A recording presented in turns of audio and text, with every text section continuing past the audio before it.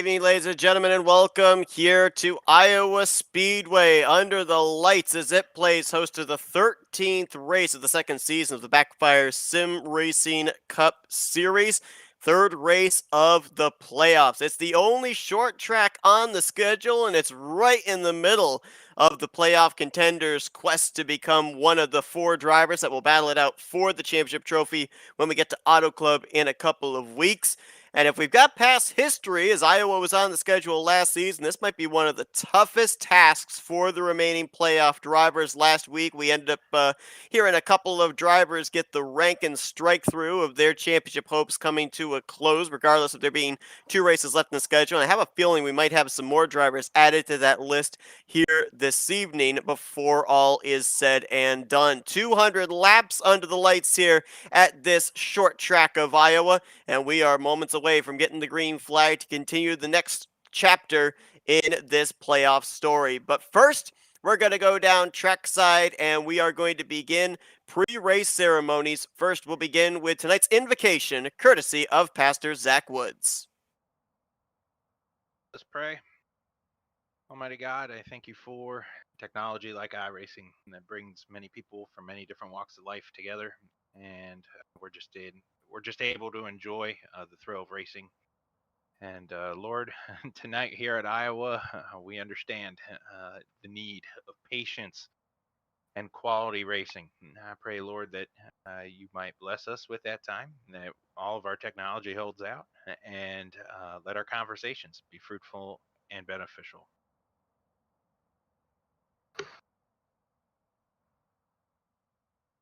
And now please join us in honoring America with tonight's singing of the national anthem.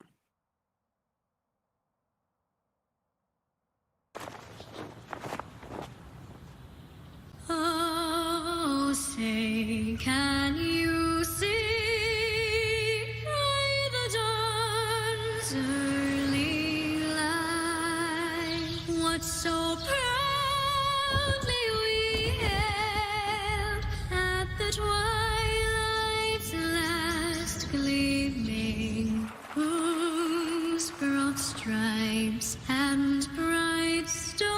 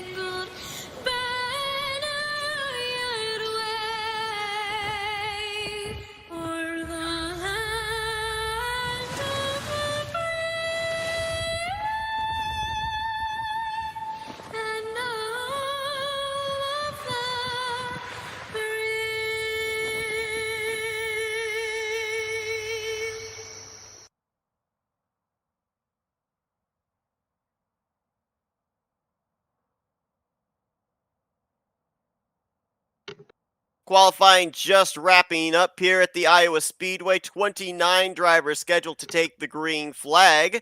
For the last 2 weeks to start off the playoffs, it has been the Trey Whitehead show, and he almost went 3 for 3 here in the playoffs, but Cam Caldwell, 1/1000th of a second, gonna snag the pole position for tonight's event. Trey Whitehead will start alongside him. Got a lot of playoff contenders, a lot of hopefuls trying to make their way up inside of that top 4 in the point standings, up inside of our top 10. And mentioned this at the close of last week's race here, Scott, the fact that I have the feeling Iowa is going to maybe be the one track on the playoff schedule where track position is going to be the most important.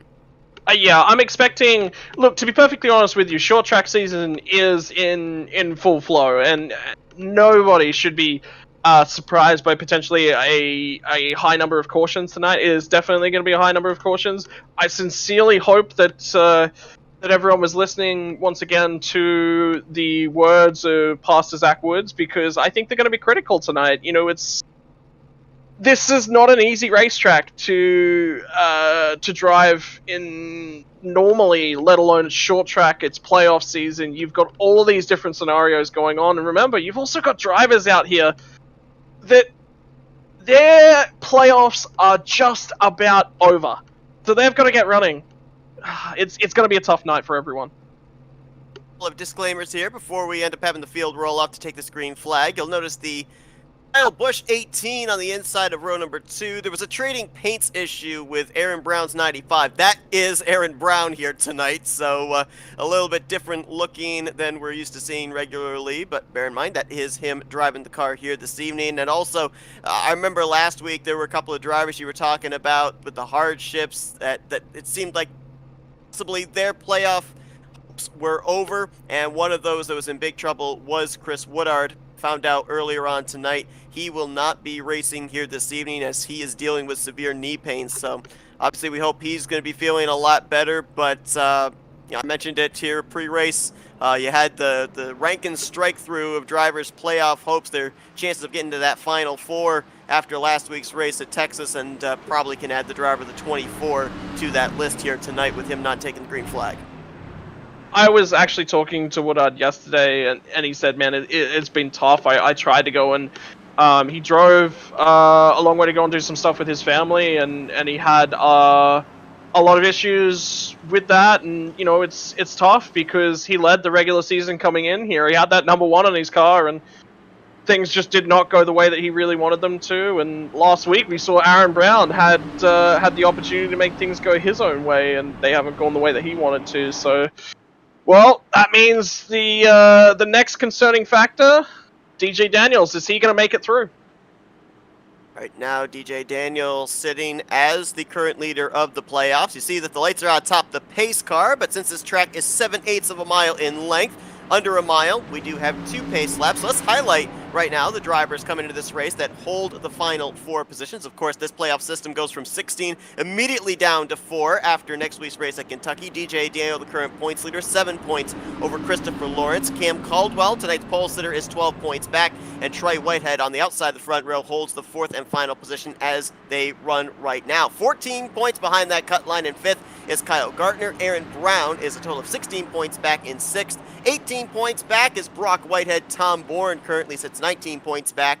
Total of 27 points back is where we find Patrick McQuaid. Alexander Kerfan right now is 29 points back, and then Woodard on down more than likely will not be able to make enough points. Woodard, Billiter, Woods, Cato, Owens, and Roberts coming into this evening's event. But here we go, Scott. 200 laps, time to pace themselves here for some short track racing at Iowa.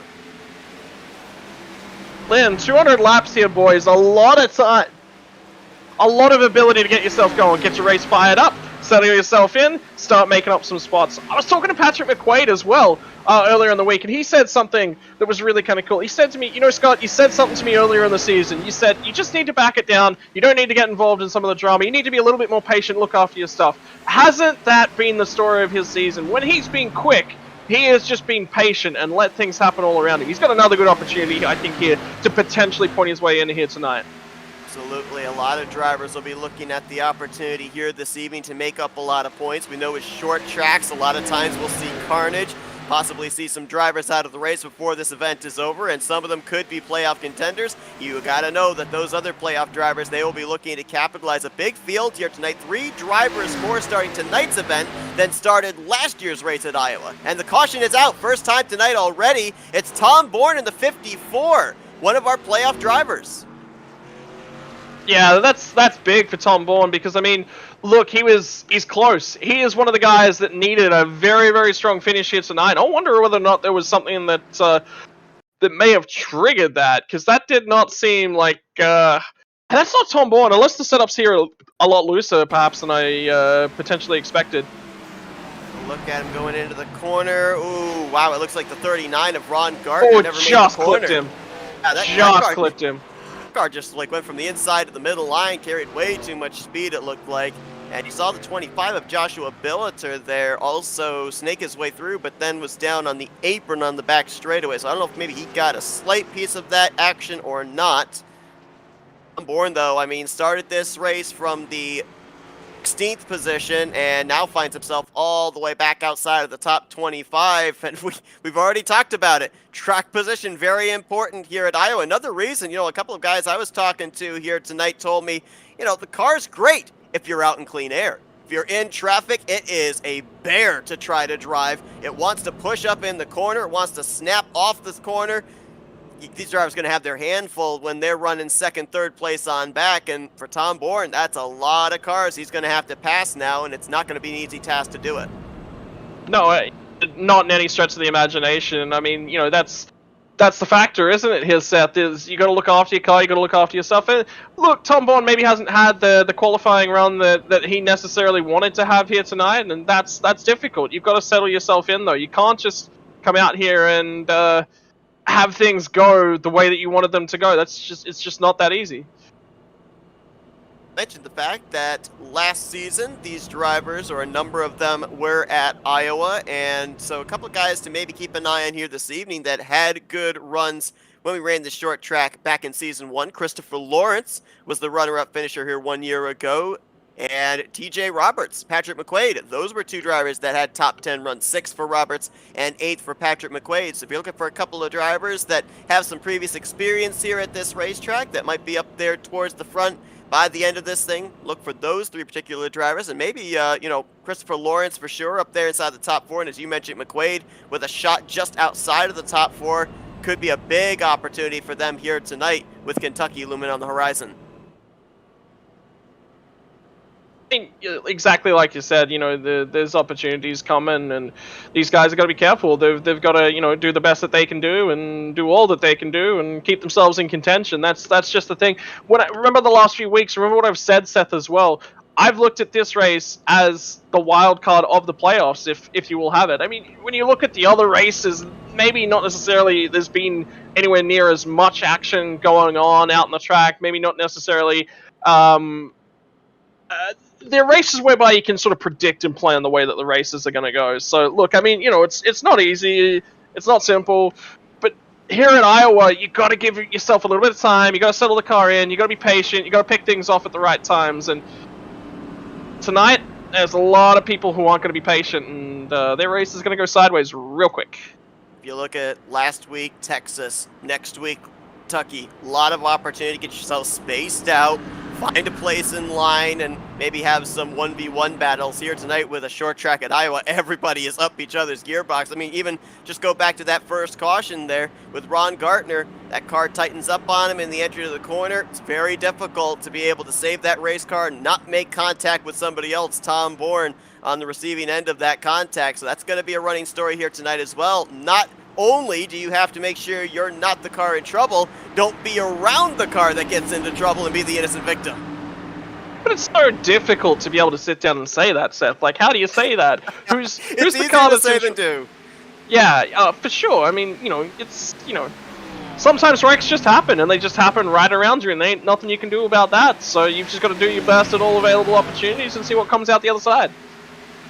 Brown, big run there out of turn 2. It looks like Christopher Lawrence got a little tight off the second corner. That's going to be the battle for the runner-up spot. Kerf and Trey Whitehead trying to reel in. You got Cam Caldwell out in front. Now, bear in mind that Cam Caldwell, a 2-time winner this season. He won at Pocono during the regular season, the first playoff race at Phoenix.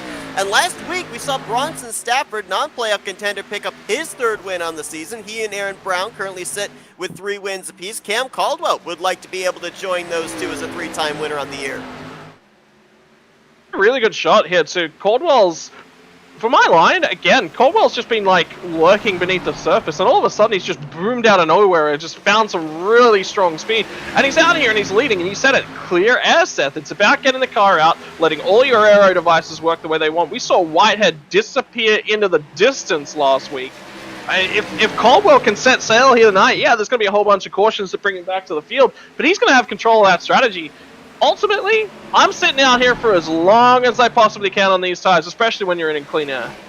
No doubt about it. I think that even more so tonight than the remainder of the playoffs, I think that this is also going to be a track where you're going to see a lot of pit strategy, drivers doing their best to be able to make sure they get that clean air, maybe even sacrificing some tire rubber underneath their machines to be able to gain it, as gaining is Trey Whitehead. He dropped back to around the 5th position after the initial start of this race after starting the outside of the front row. He's picked up a couple spots now back up to the 4th position and now trying to get by Aaron Brown. Brown, on the other hand, trying to get around the 9 of Christopher Lawrence. This taking place about 0.8 of a second behind the race leader Cam Caldwell. And who knows, we ended up having 15 cautions in last season's Iowa race, but it's a short track, so a thing we got to talk about in case they go into a long green flag run that Cam Caldwell will have to start thinking about as well, the possibility of lap traffic. So enjoy the clean air while you can if you're the 12 machine, but there's a possibility that you may start to experience the tight sensation in the draft that all these other drivers are.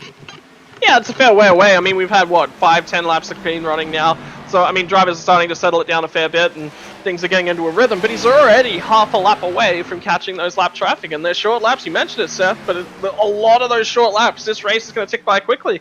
I'm really surprised. These guys, look, when we got the caution Oh, no, Christopher Lawrence! Off the nose of Aaron Brown. Brown kept forcing that situation. Eventually, the two made contact. The 9 is around on the front straightaway. Another driver collected up. I couldn't tell who that was.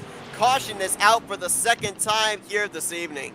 I had to say something. Didn't I, Seth? Oh, man. Well, it was funny because when you said the word settle down, they were 3 wide for a second for a brief moment. So I love how the drivers, it's like they know what we're saying and they just go out there to try and prove us liars. But, man, let's go back and see what happened because that 18, we're going to call it the 18 tonight. We know it's the 95. We're calling it the 18 because we see it as the 18 on our screen. But it seems like every corner for the last lap and a half, Aaron Brown just kept pushing up there into Christopher Lawrence. Eventually, it just seemed like contact was going to have to be made, and you're going to see it right here off of turn 4.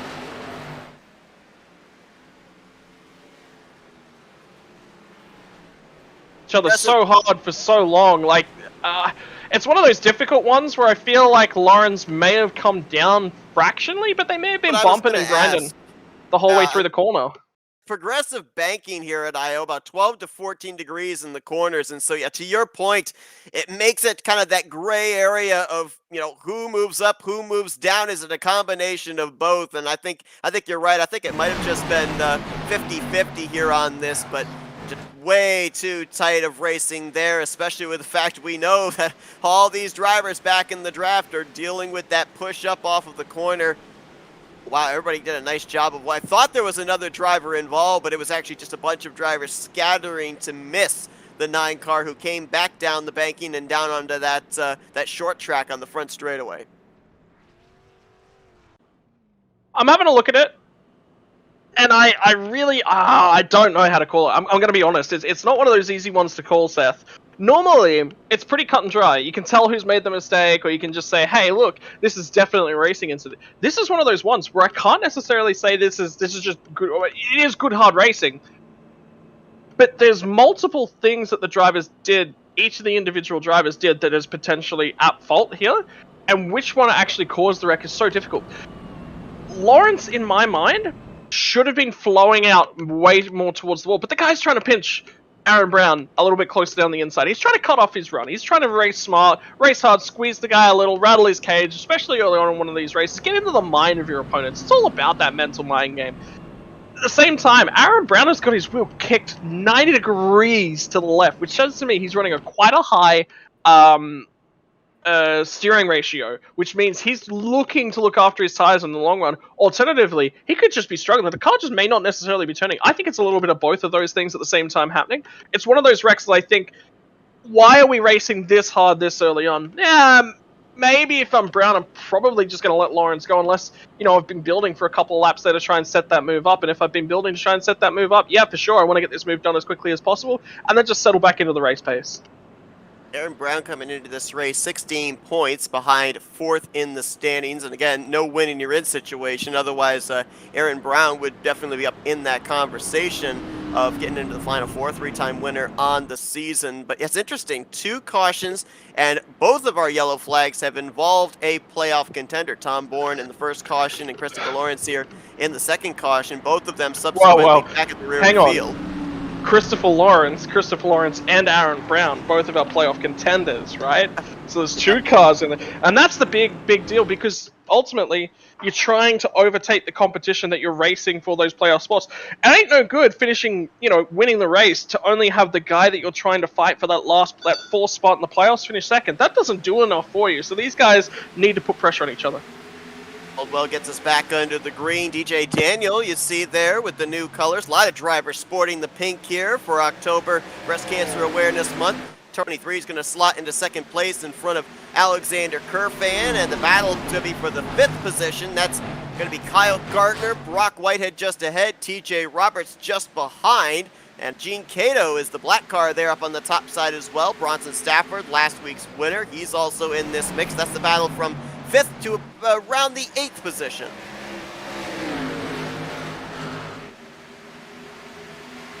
You notice, Scott, was we did have the 25 of Joshua Billitzer take on a faster pair. That was after the first caution. Really? But this yellow flag, though, I'm kind of trying to figure this one out, and it's something we're going to have to keep tabs on because he is the final cut line driver, if you will, 4th in the standings. But 2-second pit stop under this last yellow flag for Trey Whitehead, and he took a faster pair on. So less than 20 laps in, 33 is already a faster pair in the hole. I would say he got massive front end damage, because if you think about it, Lawrence was parked 90 degrees across the track. It was so easy to just show up on that scene and just punch them. Alternatively, he could have gotten a hit from behind as well. Multitude of things could have happened to the Whiteheads there. This is a big risk, especially in Iowa. Unless it's terminal damage or damage that's going to drop me from the lead lap every single time I get back there. Those are the only things. And I don't think I saw it. I don't think he had that kind of damage. Right now he is in the 10th position. He was able to come down pit road. Woo, we almost had some contact back there for 4th between Brock Whitehead and Kyle Gardner. But he came down pit road, took on his faster pair from around the 4th or 5th position and was able to come out in 12th place. So he was able to keep at least some decent track position and starting to make his way back forward once again. Gardner continues to stay to that left rear quarter panel of Brock Whitehead for 4th. DJ Daniel pulling way low, trying to get the clean air to the nose as he tries to get the race lead away from Cam Caldwell. Iowa Speedway does not have very happy memories for one DJ Daniel, as last season he ended up finishing 16th at this short track, looking for a little bit of redemption, of course, as well. I mean, what better feeling would it be for DJ Daniel, win this race, get the max points he possibly can, and maybe head into Kentucky already locking up a Final Four position? Or, better yet, I mean, I don't think he can. Just with the way that this field has sort of been, especially the last couple of weeks, and the way that things have gone ahead, my mind for DJ Daniels, I think he's not necessarily trying to push himself into Kentucky and say, hey, I'm locked in. I think it's just pushing himself that he has to basically die in the first few laps of the race next week, and he's out. He just needs to come in, have a stress-free race, and keep his preparation focused solely on Auto Club, because he had a great race early in the season. Remember Michigan? Michigan was a phenomenal race. Cato dropping through the field. I believe that's by design, getting out of the way of race leaders. Saw him falling very rapidly on my telemetry. He's going to drop outside of the top 15 for the time being, but keeps that car pointed in the right direction. Not sure where to look right now. DJ Daniel continues to kind of poke his nose out on Cam Caldwell, but you've got a hornet's nest from 4th position on back. You've got about 8-9 drivers all within about half a second of each other, from Brock Whitehead back to around Jeffrey Vickery, Noah Owens in the top 12-13 area. Yeah, there's a lot of shuffling going on, both in a forward direction and a rearward direction. Like you said, Cato, there's a few drivers just trying to shuffle themselves to the back, just being a little bit conservative at this point in time. And that's okay. Look, I mean, if I'm stayed out at this point in time, and I've got guys around me that are on those fresher tires that have opted to come down, I want to let them go. I want to let them burn their stuff up racing through the field, because they're now a tire set in the hole. So, look, I mean, there's options in all directions, really. Battle is on for the lead. DJ Daniel had it for a brief moment. Caldwell going to hold on to it around the top side. And DJ Daniel going to pay the price for that move because not only is he not going to get the race lead, Alexander Kerfan is going to swing around the top side and drop the 23 back to the 3rd position. Hey Seth, this is momentum style racing. You go down there, you compromise your entry, you try and drive the car a little bit harder, you're going to lose some momentum. You can't take the optimal line through the corner, you can't get back to the gases early. This is what it's all about. You start fighting, you start losing time. You just cannot maintain the optimal line, the optimal momentum, and fight for a position at the same time. So Stafford trying to get the inside line going against Kyle Gartner. That would be for 5th place. Trey Whitehead, oh, here comes on Caldwell. Behind him. Kerfan's going to clear him. Yes, indeed. Alexander Kerfan and try it again, and this bears bringing up 99 went to victory lane here at Iowa 1 year ago with the eventual champion Matthew Robinson. So Kerfan would love to be able to have it be back-to-back seasons that the number 99 of JKR Motorsports parks it in victory lane. Couple things to note here too, Seth. Have a look at the way that Caldwell's driving that top lane. He is really looking after these tires, and he's just not pushing. The guys want to send it underneath him. He's not going to give them the position, but he's not going to fight super hard at the same time. He's just going to keep turning his laps, doing what he needs to do. If they can send it down there and they can make the move stick, it's not like he's forcing them low. He's not pushing them down early. He's not making silly decisions early. He's protecting his stuff and just running his race, and this is exactly what I wanted to see from Caldwell early on. They're finally going to get settled out around 4th back to 6th. Jay Roberts, Brock Whitehead, they're going to go side by side. You got Matthew Fleming and Patrick McQuaid side by side behind them. Matthew Rodriguez there as well in the 57. Jeffrey Vickery in the 96. They're still trying to figure out who's going to be where from about the 5th position back to 10th. And remember, Rodriguez has still got COVID too, so you want to go short track racing with COVID, let alone running as well as he is? This is a phenomenal drive. Remember last week out? Oh man, what a drive from Matt Rodriguez. The 1-2 finish for Sky Motorsports. Himself and Bronson Stafford the winner. Having the 1-2 finish there at that D-shaped mile and a half. And of course, Matthew Rodriguez in that battle of the best of the worst, the drivers that are outside of the playoffs, trying to be the highest in the point standings. Rodriguez leads that by 8 points, I believe it is, over the next competitor. I'd have to double check and see who that is. That's Wesley Fuller and held in up. the 35. He's getting held up by whoever's on this top line ahead of him. Rodriguez is struggling right now because he needs to get by. I think that's Matthew Fleming. Matthew Fleming's struggling on tires. I don't know, I think this might be caused by Trey Whitehead, if I'm going to be honest. They're all sort of stocked up in behind him. And you got, oh, look at the 18 of Aaron Brown go all the way up there, almost to the wall through 3 and 4. And look at the run he gets. Yeah, I think you're right. I think that top side was held up, and Brown says, all right, I'll go where nobody is, and he's making up a lot of ground there all by his lonesome. Passed about He's 2 got or 3 fresh cars tires. in one corner. Yeah, that's fresh tires right at work right there. Ultimately, right now, just keep your eyes on how these guys are just sort of working things. Vickery and Aaron Brown. Oh, caution's out. Biddy in the 85 has gone around on the back straightaway. Looks like it might just be a solo car incident, bringing out the 3rd yellow of the night.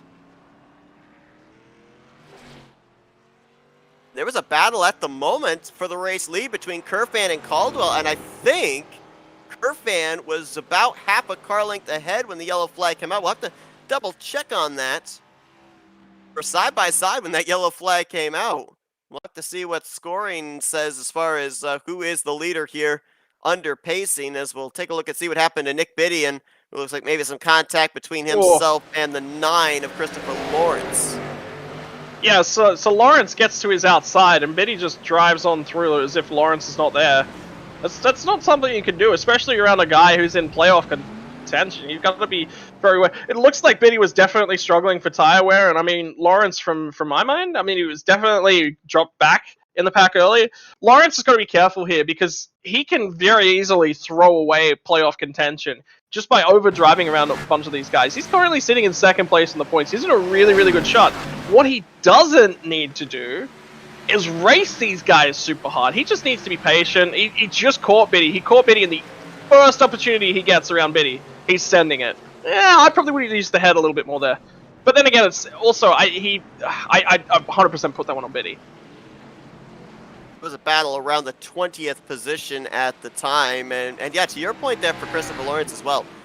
Into this race about 17 points ahead of that cut line. And so, has some breathing space.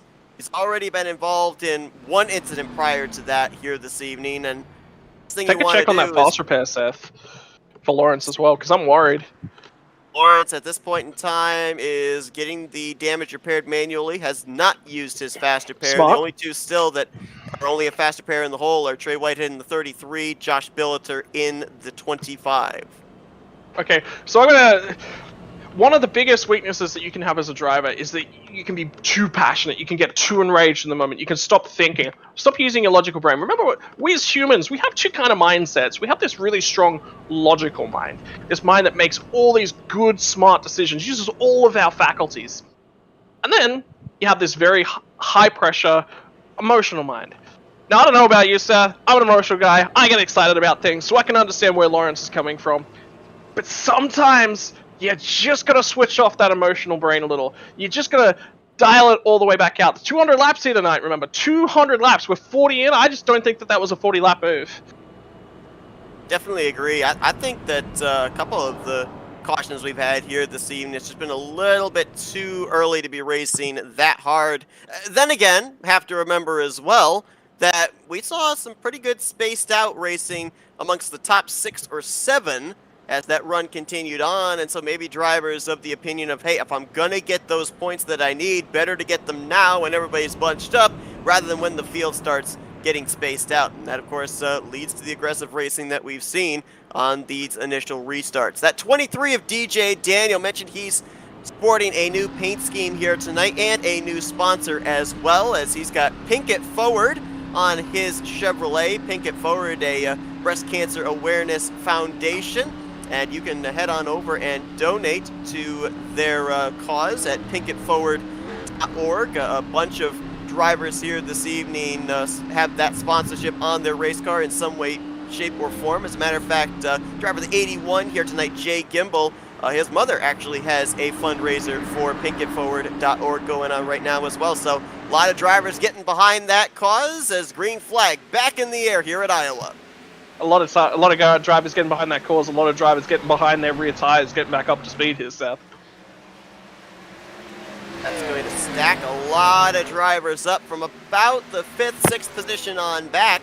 Kerpan and DJ Daniel, they're going to battle up here for 2nd place. Looks like Kerpan's going to have that for the time being. And keep an eye on that Bronson Stafford machine, trying to go for his third victory in a row in terms of starts.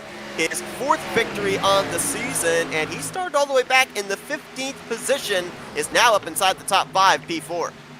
And remember what I said about using your headset? That's exactly what Stafford's done so far. He's been patient. He's just been picking cars off when he needs to. He's not been over pushing his stuff. I think he's got pace. Maybe not qualifying pace, but he's got race pace. Behind is going to be for, I believe that is the 8th position.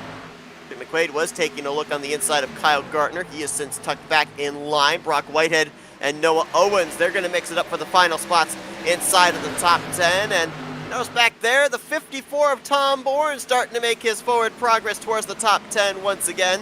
He's currently running in the 12th spot and has done a pretty good job here with the aid of a couple of cautions to get track position back, trying to keep his hopes alive of advancing into that final 4. And that's just it. Take opportunity when it presents itself. A lot of drivers will look at cautions and they'll say, hey, you know, this isn't an opportunity for me. This is laps that have been taken out of the race. But Tom Bourne, maybe he had to go and chase down a couple cars. Maybe there was a gap that had formed. Bunches everyone back up. A lot of opportunities to present themselves. He knows that he's got pace. He's got a lot of confidence in that car. Good opportunities for him tonight. Everybody come down pit road there under that caution flag, 40 laps into this race. Obviously, that was for tires, and a bunch of drivers that I talked to tonight, they said that is the main talking point.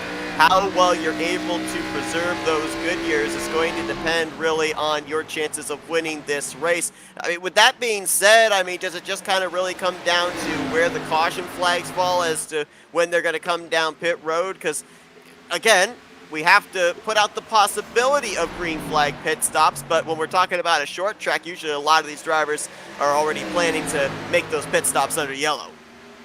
Oh, for sure. But I mean, look, I mean, we're a long way away just now from making those green flag stops. But definitely start preparing yourself and definitely make sure you're ready. Constantly be thinking about it. All it is when you're thinking about green flag stops is you're just preparing for them. It's just in the back of your mind. You're just going, hey, what happens if? What do I need to do if? How does these circumstances change the whole way around? Ultimately, what I really think is going to happen, I don't think you're going to see a single undercut tonight. I think everyone is going to try and run these cars as long as they possibly can. The risk of a caution is way too high, especially at a short track like this where you'll lose 2 laps on pit road. Right now, you've got 3 of the top 4 in the current playoff standings running up here towards the front. Cam Caldwell, the race leader, DJ Daniel in 3rd, and Trey Whitehead right behind him in 4th. If there's a measuring stick for the guys that are behind the cut line here tonight, at least early on, it would be them in comparison to where Christopher Lawrence, who's been involved in 2 of our cautions this evening, where he's running on track. Right now, he's in the 22nd position. If you look at guys like Kyle Gartner, Aaron Brown that are trying to displace him from inside of the top 4, Kyle Gartner right now running about 15 positions ahead in the 7th position, and Aaron Brown at the current point in time is running in 15th place. As Kyle Gartner way up the track, almost shook hands with the outside wall. I've noticed a couple of times off of turn 2, he's almost gone up and brushed the outside wall as well.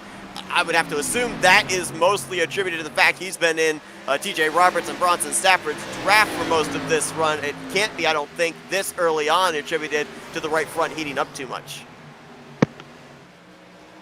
Look, I mean, yes, definitely the right front heating up. There is a lot of fall off in the car. Across the length of a run here, the car changes formats and how it drives quite a lot. Very early on, the car's quite loose, particularly on those very cold tires directly on a restart, like we just had recently at that lap 40 or so restart. Now they've settled themselves in a little bit. The weight starts to transition itself around the car quite a lot, especially using that progressive banking. Running all the way up at the top of the track is incredibly slow. The problem is, it's actually the best way to go. You've got to try and balance, where do I want to run? How much tire can I save whilst maintaining track position? So that's why you're seeing a lot of guys run different lines. The other issue is down in 1 and 2, there's a couple of huge bumps that are just such a big problem to get the car to turn properly. Why we're seeing most drivers, if they run the outside line, they're kind of running the middle groove. A lot of drivers trying to stay away from that second set of hash marks up towards the outside wall as Patrick McQuaid makes his way around TJ Roberts, dropping the 11 back to the 8th position. Let's take a look at the weather here tonight as it's nighttime conditions at Iowa. About 74-degree track temperature, about roughly 7 degrees higher than the ambient temperature out there. So, for being nighttime conditions, that's actually a pretty heated up racetrack, and I think a lot of reasons that is because it doesn't take very long for these drivers to turn a circuit around here, anywhere from 22 to 25 seconds, depending on how much wear is on the tires, and so it doesn't give the track enough time to be able to cool down before they come right back around for another lap and maintain that track heat. Yeah, look, I mean, the race as a whole, it's going to be incredibly difficult. I mean, just take a look at the way that this second run here has developed. All of a sudden, in the early phases, once again, Caldwell, very strong. Kerfan was actually quite strong in the early phases of this run, starting to drift back a little bit, and DJ Daniels. So on the mid-length run, Daniels is the strongest car in the field, definitely in my mind. Look at Trey Whitehead, though. All of a sudden, he's making a turn of speed. He's actually quite good. Yeah, that was a big moment for Stafford. And to make the move to the inside of Kerfan for 4th, who had just lost 3rd place to Trey Whitehead. Big slide, big save for the driver of the 16. So I've already talked quite a bit about the front tires. Well, I think we got a problem. Whitehead, all pointed in the right direction, but I saw a couple of guys, Tom Bourne, Matthew Rodriguez, Brock Whitehead, they were dropping. I think that something happened back there. I don't know if somebody brushed the wall up of 2 and they all had to lift off the throttle. Here comes Daniels. Harm, no foul there. Here's the battle for the race lead, and I want to quickly go back there to that slide by Bronson Stafford. I mean, what about the rear tires heating up on that 16 there? I mean, how many laps does it take to get that tire heat back down and make sure that that back end is planted when you come into the corner, especially when you come off the corner again? Well, the benefit here is that it's only a fraction of a difference, and the other thing is you can run that higher line, which will transition a lot of that load away and really even the car out.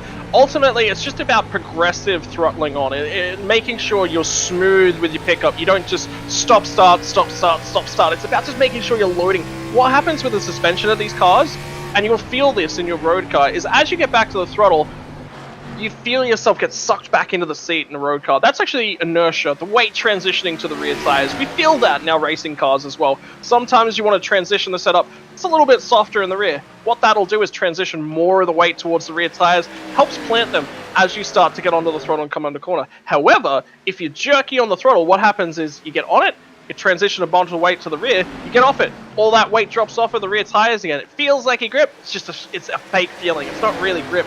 It's just the weight bouncing around the car. You can't oscillate the suspension. You want the suspension to be nice and stable so that your tires at all times have consistent grip and you can feel the transition of that grip. And that is why you want to be smooth on the tires. Because if you're jerking that grip around, you break traction a lot of the time. That puts excess heat, that puts excess wear through the tires. That's why you want to be a smooth driver. Well, you saw right there, even though he has the benefit of clean air, even Cam Caldwell having some issues coming off of turn 4. Saw the back end of that car wiggling back and forth just a little bit off the final corner. He, DJ Daniel, Trey Whitehead, these guys might be a few of the contenders for that championship in a couple weeks' time when we get to Auto Club. Right now, they run first, second, and third. Almost 65 laps into this race. Yes, we've seen 3 cautions, but 28 of the 29 drivers that took the green to start this race are still running on the lead lap. David Modesbaugh, the only car 1 lap down, -3. All 29 drivers are still running on the racetrack. Yeah, look, Modesbaugh had a couple of issues. He was actually destroyed his car on the green flag running, and it ended up not triggering a caution there, so it's good to see him still back out there, and he's come back down. He come down pit road, he was, he was on the inside on the apron for a long period of time there, so he's done a great job to get himself back out there. Traffic is going to start playing a huge factor. I tell you what, DJ Daniels has gotten to the outside of Cam Caldwell, so Caldwell's opened up a little window, and Daniels has slid straight into it. And you see again the 12 struggling off of turn 4. That loss of momentum is going to give the race lead to the 23. So DJ Daniel now out in front in clean air. And Cam Caldwell's troubles aren't over because Trey Whitehead now pulls to the top side. Yeah, you lose one spot here. You make one mistake at Iowa. It's like making 5 mistakes anywhere else. You get so many cars so close together. One little mistake is a huge deal of momentum when the track's so short like this, and especially getting back to the gas. That's a lot of heat that he's transitioned through those rear tires. Remember what I said a couple laps ago? He was on the throttle, off the throttle, on the throttle again. So that's excess heat because he tried to save the car. He did a great job hanging on to it, but he's got to be careful now.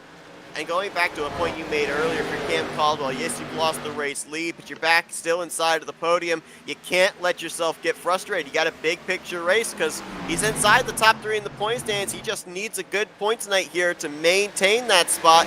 Right now, the goal is to try to get to Auto Club with a chance at the championship. There's no win-you're-in situation, so just rely on consistency to get you there. Yeah, that's good enough. I mean, for Cam Caldwell, have a look at the 3 cars up here in the top 3. They're 3 of the top 4 in championship standings. That means that Lawrence is the only car that any of the rest of the pack are going to gain back on. That's huge ground for the rest of the pack to start gaining back on. And Caldwell's happy to let this happen. If he does this, he jumps Christopher Lawrence for sure. Trey Whitehead will no! along with him. Patrick McQuaid up into Nick Biddy.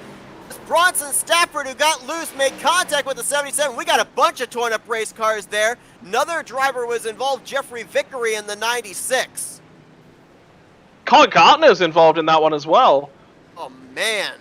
For 3 wide, trying to get by the lap machine of Nick Biddy. Oh, that's unfortunate. Stafford. Oh, they're still wrecking. Pulitzer, that's Wesley Fuller, and now Patrick McQuaid gets turned off the nose of Zach Woods. That shouldn't be happening. Well, let's go back and see what happened. That wreck took a long time to finish up. Saw Cam Caldwell was having issues with his race car, especially the inside line. Bronson Stafford was out of shape a number of times in the inside line. He's on the extreme inside line on this exchange, and car just snaps loose on him. He's trying to save it. It overcorrects up into the driver's side door of Patrick McQuaid, and then he's up into Nick Biddy. It's just on from there, and 3 kind of gets blockaded up quite a bit. That was actually, you're right, that was Kyle Gartner was the car I saw involved. I mistakenly thought that was Jeffrey Vickery.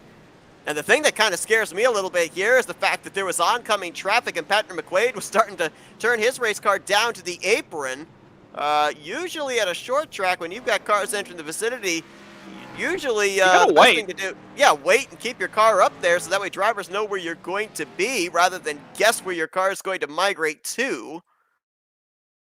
Fortunately, nobody hit him, and now let's see what happened here with Wesley Fuller because So what's happened wreck is was that the over. caution's already out, right?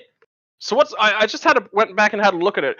Ron Gartner's involved in this one. Now to Ron Gartner's defense, he is relatively new to iRacing. He is still picking up his craft. He is still learning things. So you've got to remember that when you look at these things. And there'll be a lot of lessons here for Ron Gartner to learn. And that's what I'm going into the mindset here of. Fuller's trying to catch the pack. He's trying to catch up to the wreck and make sure that he can get his pit stop done under this caution flag. What happens is that he arrives on the scene at a whole rate of knots, sees the caution and whatnot that's come out, backs the pace all the way down. Ron Gartner doesn't adjust to that in time. There you saw the contact between the two.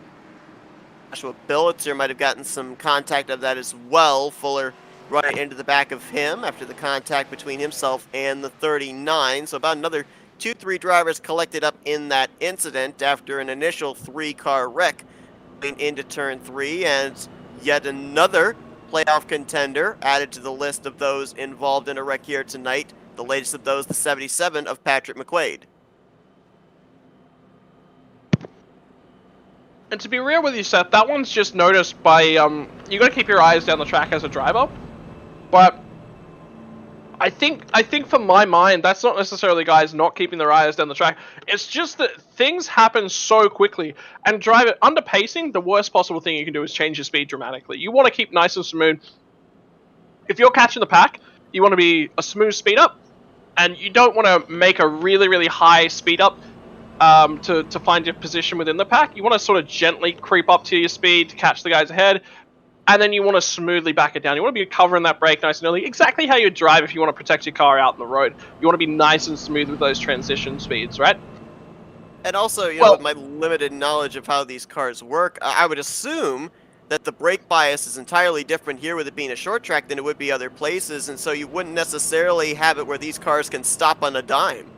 Well, they can't stop on a dime. Full stop. These cars, that's when they go to the road courses. I mean, that's the biggest kicker, isn't it? That they struggle to stop on a dime, and when they do, it's a lot of wheel hop. And these cars have just put a lot of heat in these tires. It was in fact, it was the longest green flag run that we've had so far. So, ultimately, really, it's just a lack of perception of multiple drivers in a row that's caused that one. And Ron's just arrived on the scene and gone, oh no, the guys ahead of me have all reacted very aggressively. And it's basic. The issue is, if any one of those drivers in the middle there reacts progressively instead of aggressively, prevents that second wreck, it's because everyone's just sort of dived on the brakes all at the same time. That's what the issue is.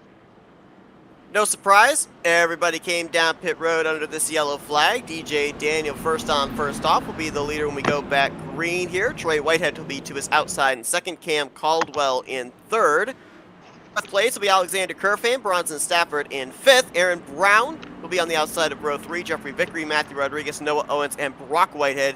They are going to complete the top 10. Looks like we've got 3 more drivers that have taken on a faster pair here under this yellow. Kyle Gartner is one.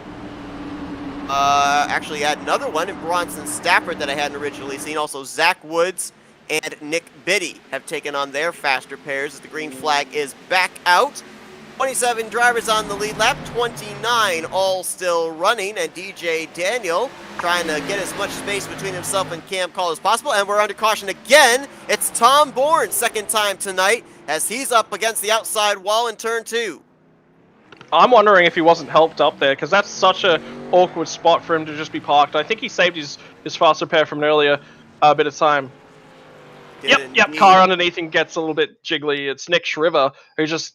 He has a bobble going to the corner. It's like the car wanted to turn in and he just wasn't ready for it, and he counter-steered straight up into Bourne. Shriver in that 41. Looks so eerily similar to what happened to Tom Bourne back with the first caution with Ron Gartner. That car on the inside line almost looking like the tires lock up and the thing just goes straight. And Tom Bourne again, wrong place, wrong time.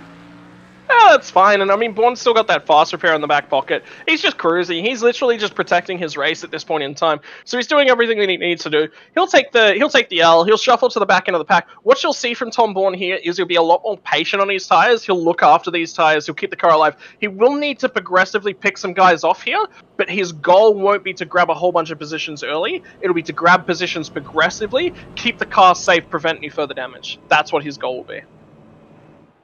At this point in time, with Kyle Gartner involved in the caution prior to this one, gives a little bit of breathing space to one Christopher Lawrence, as Gartner was his closest competitor for possibly knocking him outside of the top 4. Aaron Brown was running too close in vicinity to the 9. Brock Whitehead was running in too close proximity. So see if Christopher Lawrence can now kind of use this opportunity as we are starting to approach the second half of this race to be able to make some forward progress and at least preserve his spot inside of the Final Four heading into Kentucky. And I think that one thing that you and I touched on here as well, you talked about it being a wild card race, and I said that, you know, when you look at tracks like Texas, tracks like Kentucky, that's a place where you can kind of control your destiny.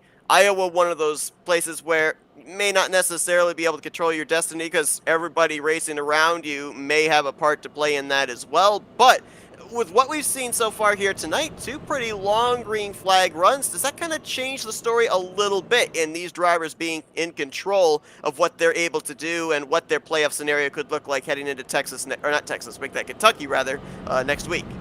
Well, you gotta remember when you go to Kentucky is that it's one of those intermediates. It and Auto Club are actually quite similar. They're just a little bit different with how they transition through the race, basically. So the way that the car drives, you gotta build the setup slightly differently to really get it there. So look, I mean, it's not as easy heading into next week to potentially gain a bunch of spots. You need to be consistent. You need to be there from the get-go. Whereas Iowa, you can make a lot of overtakes right throughout the race. So you know, it's difficult. The problem with Iowa is if you pit at the wrong time and you get yourself stuck in traffic at the wrong time, what ends up happening is you just end up following a lot of these guys that are having troubles with their cars, and they're not really able to hold the line as well as they necessarily want to. So the issue becomes that you just get chained into a whole bunch of these cautions. That's what Tom Bourne is really dealing with right now. That quick yellow coming out, helpful for Nick Biddy. He was the lucky dog under this caution flag, back on the lead lap. So 28 of our 29 drivers will be on the lead lap. And as soon as I say that, 54 of Tom Bourne just fell a lap down. So it'll actually be 27 of them that'll be on the lead lap. I'm not 100% sure what's happened with Bourne. Well, he didn't take his fast repair on. He spent about a minute and a half on pit road, just getting damage repaired here, so trying to keep that fast repair preserved. Actually, I like the call, because, yeah, you follow a lap down, but there's every likelihood you could have another yellow flag to get you back in the lead lap. It is a short track after all, and I just kind of get the feeling, we know how it is with short track racing. The late race restarts get absolutely hectic, and I think keeping that fast repair for at least the second half of this race, I think that's the best way to go for sure. The other thing is, with going a lap down here at this stage of the race too, like, it basically just says, I'm not racing. What he'll do, is sitting in the car, is he'll take a look, he'll flick through his standings and he'll go, okay, well, I'm the only car that's 1 lap down. So what I'm going to do from here is, this next restart, there is 0 reason for me to race anyone. The only thing I'm trying to do is prevent from going 2 laps down. That's it. Literally it. So he won't race anyone. If he sees any sort of caution about to happen, he'll try and stop and prevent the accident from being involving him, because as long as he doesn't get any incident points, he gets that lucky dog, he gets his lap back. I mean, he's right there. DJ Daniel ready to get back underway. Cam Caldwell alongside him. Whitehead, Kerfan, and Stafford the top 5 as we are back underway. 120 laps left here at the Iowa Speedway. DJ Daniel going to clear Caldwell by the time they get into turn number 1. He'll leave Cam Caldwell. Well, I was going to say, leave him and Trey Whitehead to battle for second, but Caldwell's not going away quietly. He's going to swing around the outside and try and take the top spot into 3. Caldwell just trying to play some mind games. Remember what I was talking You want to get inside your opponent's cage. You want to rattle them a bit, and Caldwell will take it away. That's great racing. I mean, what do you think? Caldwell, Daniel, Slow Whitehead car. up here. There's a very Driver- slow car at the back. And I believe that's Gene Shriver. Cato. It's Shriver.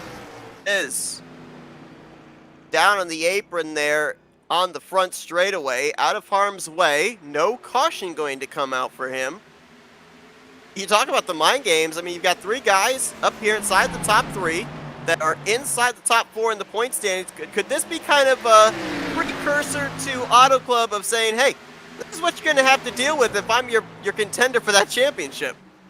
Yeah, ultimately, if I'm in DJ Daniels, I don't mind running further back in the pack. Yeah, a win here is kind of nice, and it makes me feel good about myself. But I really don't care. I've got the championship under control. I'm just literally playing conservation. There is zero for me to fight over right now. All I'm doing is just giving my opponents a show of what I can do. I don't really want to give them information. But again, remember, this is the way that I race. This isn't the way that DJ Daniels race. DJ Daniels, he's out there, he's aggressive, he's looking to make moves all the time. I'm using my head in these sorts of situations. DJ Daniels is a fair bit younger, so not quite as much experience, but he's still a great race car driver. Yeah, all single file. It looks like, whoa, boy, DJ Daniel. If that car got loose or if he just really carried a lot of speed there up towards the wall of turn 2. Pretty close to that outside safer barrier, but they're all going to single file out for about the entirety of the top 10 and drop back to around the 11th position. That's where Kyle Gartner is trying to make forward progress on Jeffrey Vickery. You got Whitehead in the 31 just up ahead, Bronson Stafford there as well. Right now, all these guys running nose to tail, but as you mentioned, momentum track, so if someone makes a mistake, guaranteed somebody else is going to be there to pounce and take advantage. Something happened to Shriver, because he's now down on pit lane. He pitted, and he's gone laps down, so Stafford's leapfrogged him now. Sorry, Stafford, Tom Bourne. He's gone to 3 laps down. Something has happened to Shriver. Scheduled pit stop for him for sure. Certain what it was that happened to driver the 41. As you mentioned, multiple laps down, still running. Last car on the racetrack in the 29th position. And there's some moves being made up inside the top 5. Matthew Rodriguez driving it deep there on Aaron Brown for 5th. And Alexander Kerfan keeps taking a look there on Trey Whitehead. DJ Daniel going to take a peek on the inside of Cam Caldwell for the race lead. And this is just going to continue to wad these guys up. It might actually bring 7th place on back up into this lead pack conversation momentarily. I really don't think this is smart from Daniels, because all he's doing is inviting the Hornet's Nest to come in on after him. I think what he needs to do is get underneath Caldwell's bumper, shove him a little bit further out in front. Yeah, he's quick. Yeah, he's got pace at this point in time, but why do you need to fight for the race lead right now when all you're doing is inviting the chaos? Is it maybe testing the waters for later on in the race, perhaps? Trying to see that if it comes down to the closing stages, if there's a weakness for Cam Caldwell to be able to exploit. Yeah, potentially. I mean, obviously for Caldwell, he wants to defend because he's the lead driver in this pack. So, for sure, for him, he definitely wants to defend. And honestly, it looks like DJ Daniels thinks that he's got the pace to be able to make the move. So far, hasn't been able to prove us that he can get the move done. So, I mean, there's a statement to be made here, and I think DJ Daniels is maybe wanting to make that statement. I almost wonder if it might be a sense of urgency as well, because I noticed that last time by, Trey Whitehead had a much better entry than DJ Daniel, got right up to his back bumper. I wonder if maybe DJ Daniel was thinking, these guys, they're closing in on me. I want to get by Cam Caldwell. I want that clean air, because right now running back in the wake of Caldwell is not helping my ability to be able to get through these corners the way I want to and keep 3rd place on back at bay. But he knows that he's so good on these medium runs. We've had quite a few medium runs now, and DJ Daniels really comes alive in the middle stages of the run. So he doesn't want to get aggressive, and he doesn't want to burn off that medium run speed early. That's a no-no. And now, like I said, this is just him. This is him inviting everyone else into this. If him and Caldwell just single-filed it out initially at the start, this wouldn't even be a battle right now. Aaron Brown coming into this race, a total of 24 points behind Christopher Lawrence, and Lawrence has worked his way up to 16, so right now advantage to the 9 of holding on to that final spot inside of the top 4 as Aaron Brown, Trey Whitehead pretty close there off of turn 4, and it will be Trey Whitehead hanging on to third place, at least for the moment, going into turn 1. There's the bumps you talked about up on the top side of 1 and 2. You saw the 33 kind of bottom out there as he headed into turn 1. Yeah, that's just it. It's so difficult to get the car turned in once you're all the way up there against that wall. You kind of just gotta give it up. You gotta let it go, and that's what he's done. I mean, really good awareness, really good, understanding that, hey, I can't necessarily fight this right here, right now. So we'll just, we'll deal with what we can. I want to put you in the position of Alexander Kerfban, our 5th place running driver. Obviously, his first season with JKR Motorsports, stepping in for the defending champion of the series, Matthew Robinson. His situation coming into tonight, currently 29 points behind 4th in the standings. Do you kind of approach tonight and Kentucky as a get half the points here, get half the points necessary at Kentucky, or do you try and get as many as possible here tonight?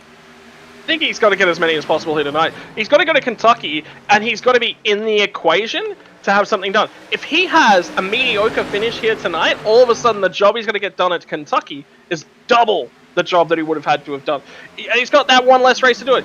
A 30-point margin over one race? That's near impossible. 30-point margin over 2 races? Yeah, I'm going to need 2 great finishes, but that's still very doable.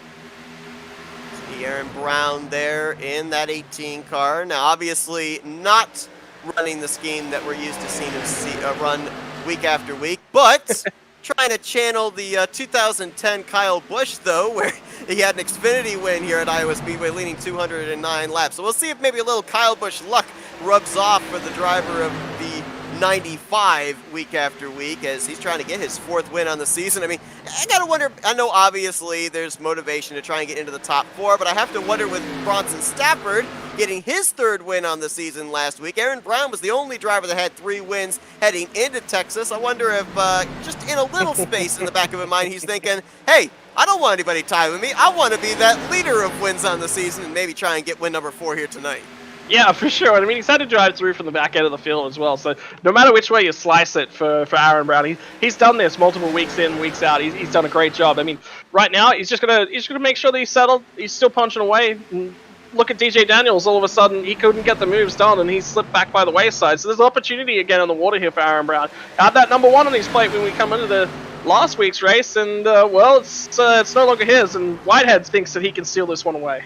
Trey Whitehead, good starting track position tonight. As a matter of fact, he said good starting track position the last 3 weeks. Pole, and 2nd place is Aaron Brown, close to brushing the wall there off of turn number 4. But for Trey Whitehead, I mean, the momentum has definitely been on his side pretty much since the 8th race of the season. 5 straight top 10s, 2 of those finishes up inside of the top 5, 3rd place finishes, both of those, and coming into this race as the guy everybody's gunning for, 4th in the point standings. Now, he's another driver, kind of like DJ Daniels, who's been very consistent on the season, has not been able to find victory lane. But again, we've just kind of hammered this home week after week. This is a series that doesn't necessarily reward you for getting to victory lane. More so, it rewards you for consistent finishes week after week, not only in the regular season, but here in the playoffs as well. Well, I mean, yes, but the bonus points from taking race wins and, coming in here as 2nd in the season champion, it definitely helped him. It's definitely put him a long way forward. It means that the margin that he's going to make up to his compatriots over the last 2 races when they haven't necessarily gone all his own way, it means that margin is so much less, that the margin's so small, when it could have been massive, it could have been season ending. Even though Christopher Woodard is, his season's now over and done with, that was our regular season champion. Wins, him and Aaron Brown had the tied points lead before the playoffs started because of the way that the regular season finished. So it definitely gives you a major advantage, and he's still in contention because of that regular season. Well, so far this season in the playoffs, we've had 1 playoff driver. Oh, here comes Rodriguez. Caldwell. Yeah, I was going to mention just now, Bronson Stafford, non-playoff contender. Oh! Oh, no, don't talk about him. Let's go to somebody else. Oh, DJ Daniel! Is he going to collide with the inside barrier? Nope, he saved it, did not hit the inside wall. Fortunately, there's a lot of runoff down there. It's a portion of the road course section here at Iowa. He was able to use it, not hit the inside wall. He's going to drop back to around the 11th position, but nice save by the 23. And I was so focused on Rodriguez, I don't know if DJ got loose on his own or if that was in reaction to the 57 getting loose ahead of him. Out. I Two thought it was great on his saves own. there. Yeah. Oh boy. I mean, these drivers are up the front and they're doing well because they're good drivers, right? Well, they just proved it right there. But you gotta drive these things on the limit to get the most out of them, and sometimes you just cross the limit just that fraction too much, Seth. And Matthew Rodriguez with that slide now drops back behind his teammate Bronson Stafford. A little bit of deja vu from Texas last week when he saw the back bumper of the 16 ahead of him crossing the start-finish line for the checkered flag. But both of those Sky Motorsports cars with good performances here tonight. Aaron Brown, he is under fire. Trey Whitehead, he's tried the bottom, now he's trying the top. I'm saying to his teammate Kerfan, hey, get him off me, get the pressure off me. Kerfan took a try there off of turn 4. He is not able to close up the gap just yet. Now he tries again to turn 1. Good battling from first back to about the 6th position.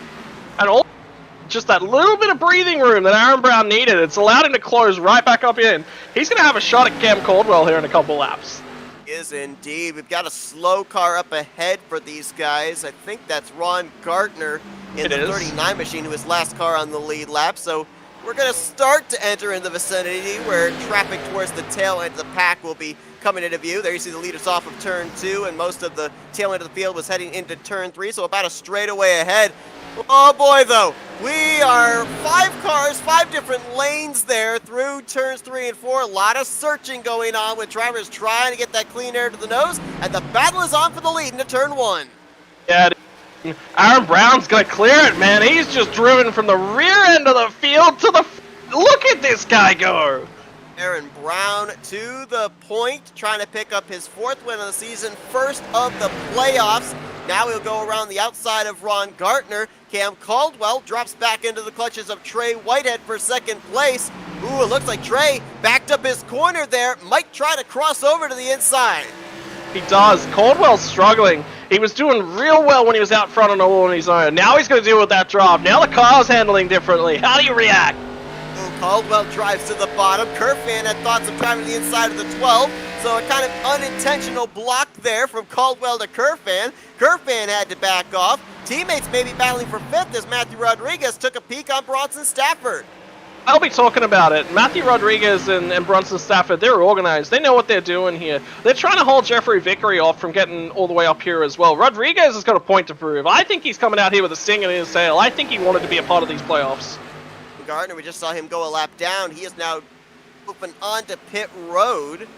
Already 2 laps down as he comes to the attention of his crew. This could be a regularly scheduled pit stop for him as these drivers are about 40 some odd laps into this run, and Jeffrey Vickery, man, I don't know if there was contact or if he just pushed up the track, but he almost pancaked the outside wall off of 2. I think he did scrub the wall slightly. There's a slow car on the bottom of the track. Is that going to trigger a caution? No, he's back on the way. Gets away with it.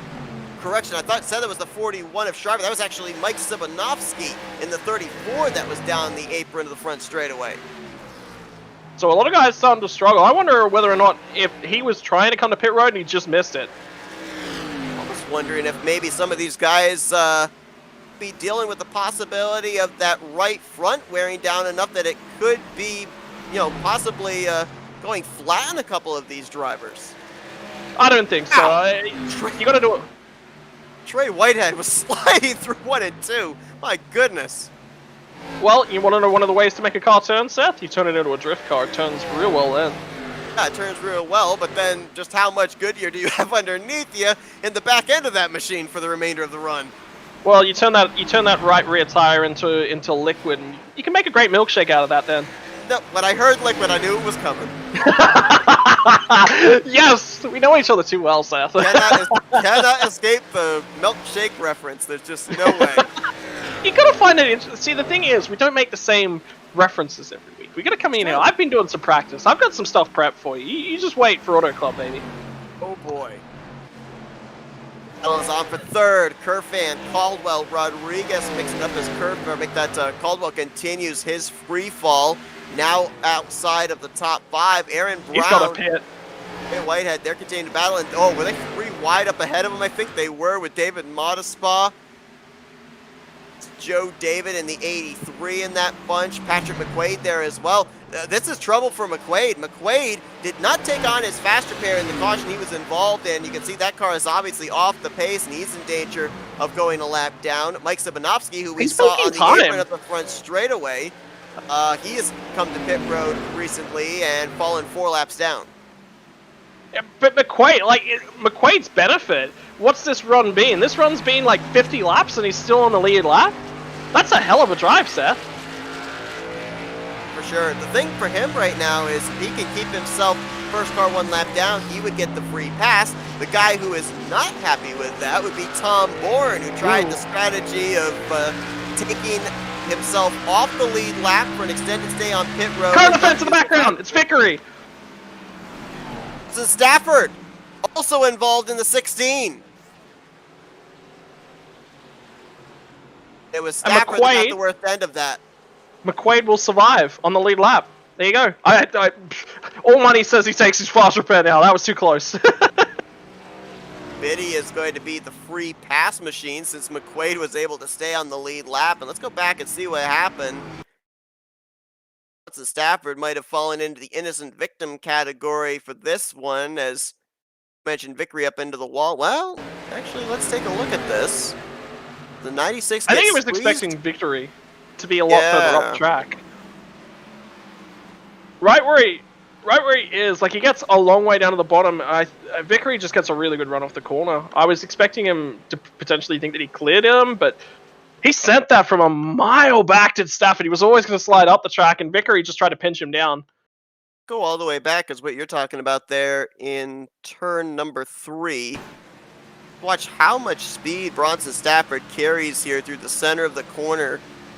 Back to the throttle, tries to slide up, and yeah, I think you're right. I think he thought he had so much momentum coming up the corner, he was going to clear the nose of the 96, and Vickery was definitely still there. Well, see, I'm just wondering. I'm really just wondering whether or not he thought that Vickery was gonna stay a lot higher. Because, to be perfectly honest, he enters the corner and Vickery's right there, and then Vickery drifts into his blind spot. That's my only concern, is that Vickery's in his blind spot through the middle of the corner. If he is, there's nothing. I mean, you're always predicting. As a NASCAR driver, when you drive it into corners like this, you're trying to predict which lane they're going to be in and where they're going to go throughout the corner once you try and make the pass.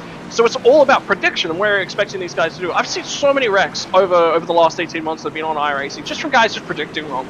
And that's all it comes down to. You know, you expect the guy to hold the lane.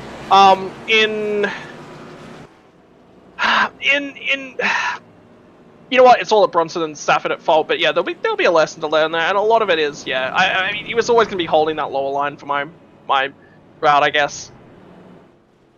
So a couple things to document here under this yellow flag. TJ Daniel with a rather lengthy stay on pit road. Looks like some possible damage repair going on for the 23, and have him restarting all the way back in the 18th position. And Tom Bourne looks like he decided to take the wave around with 45 laps on his tires. No, I think that's smart from Tom Bourne. What he's doing is he's just playing himself back into the lead lap. Doesn't have a choice. He didn't get the lucky dog because we started encountering lap traffic there, so he needs to keep himself in contention. What's the best way to keep yourself in contention? Get back on the lead lap. It's going to be a little bit difficult now to potentially keep himself on the lead lap. Yeah, it's going to be really difficult for him to keep himself on the lead lap. He's expecting another caution in the very near future, which is smart. Generally, caution, speed cautions, again, we talked about it at length nearly every week of the season, how car-on-car interactions increases when you have the entire field stacked up. So, look, I mean, I think this is the right call. I really do. More drivers that have used their faster pairs here now into the second half of this race. Jeffrey Vickery in the 96, TJ Roberts in the 11, Patrick McQuaid. You made the call there, Scott, right on the ball. Patrick McQuaid using his faster pair under this yellow flag. Nick Biddy has also taken on his faster pair, as has Zach Woods. So they're starting to pile up with drivers using their mulligan here. We're going to have about maybe 75 laps to go. When we go back green, we should get the 1 degree signal this next time by, if I'm not mistaken.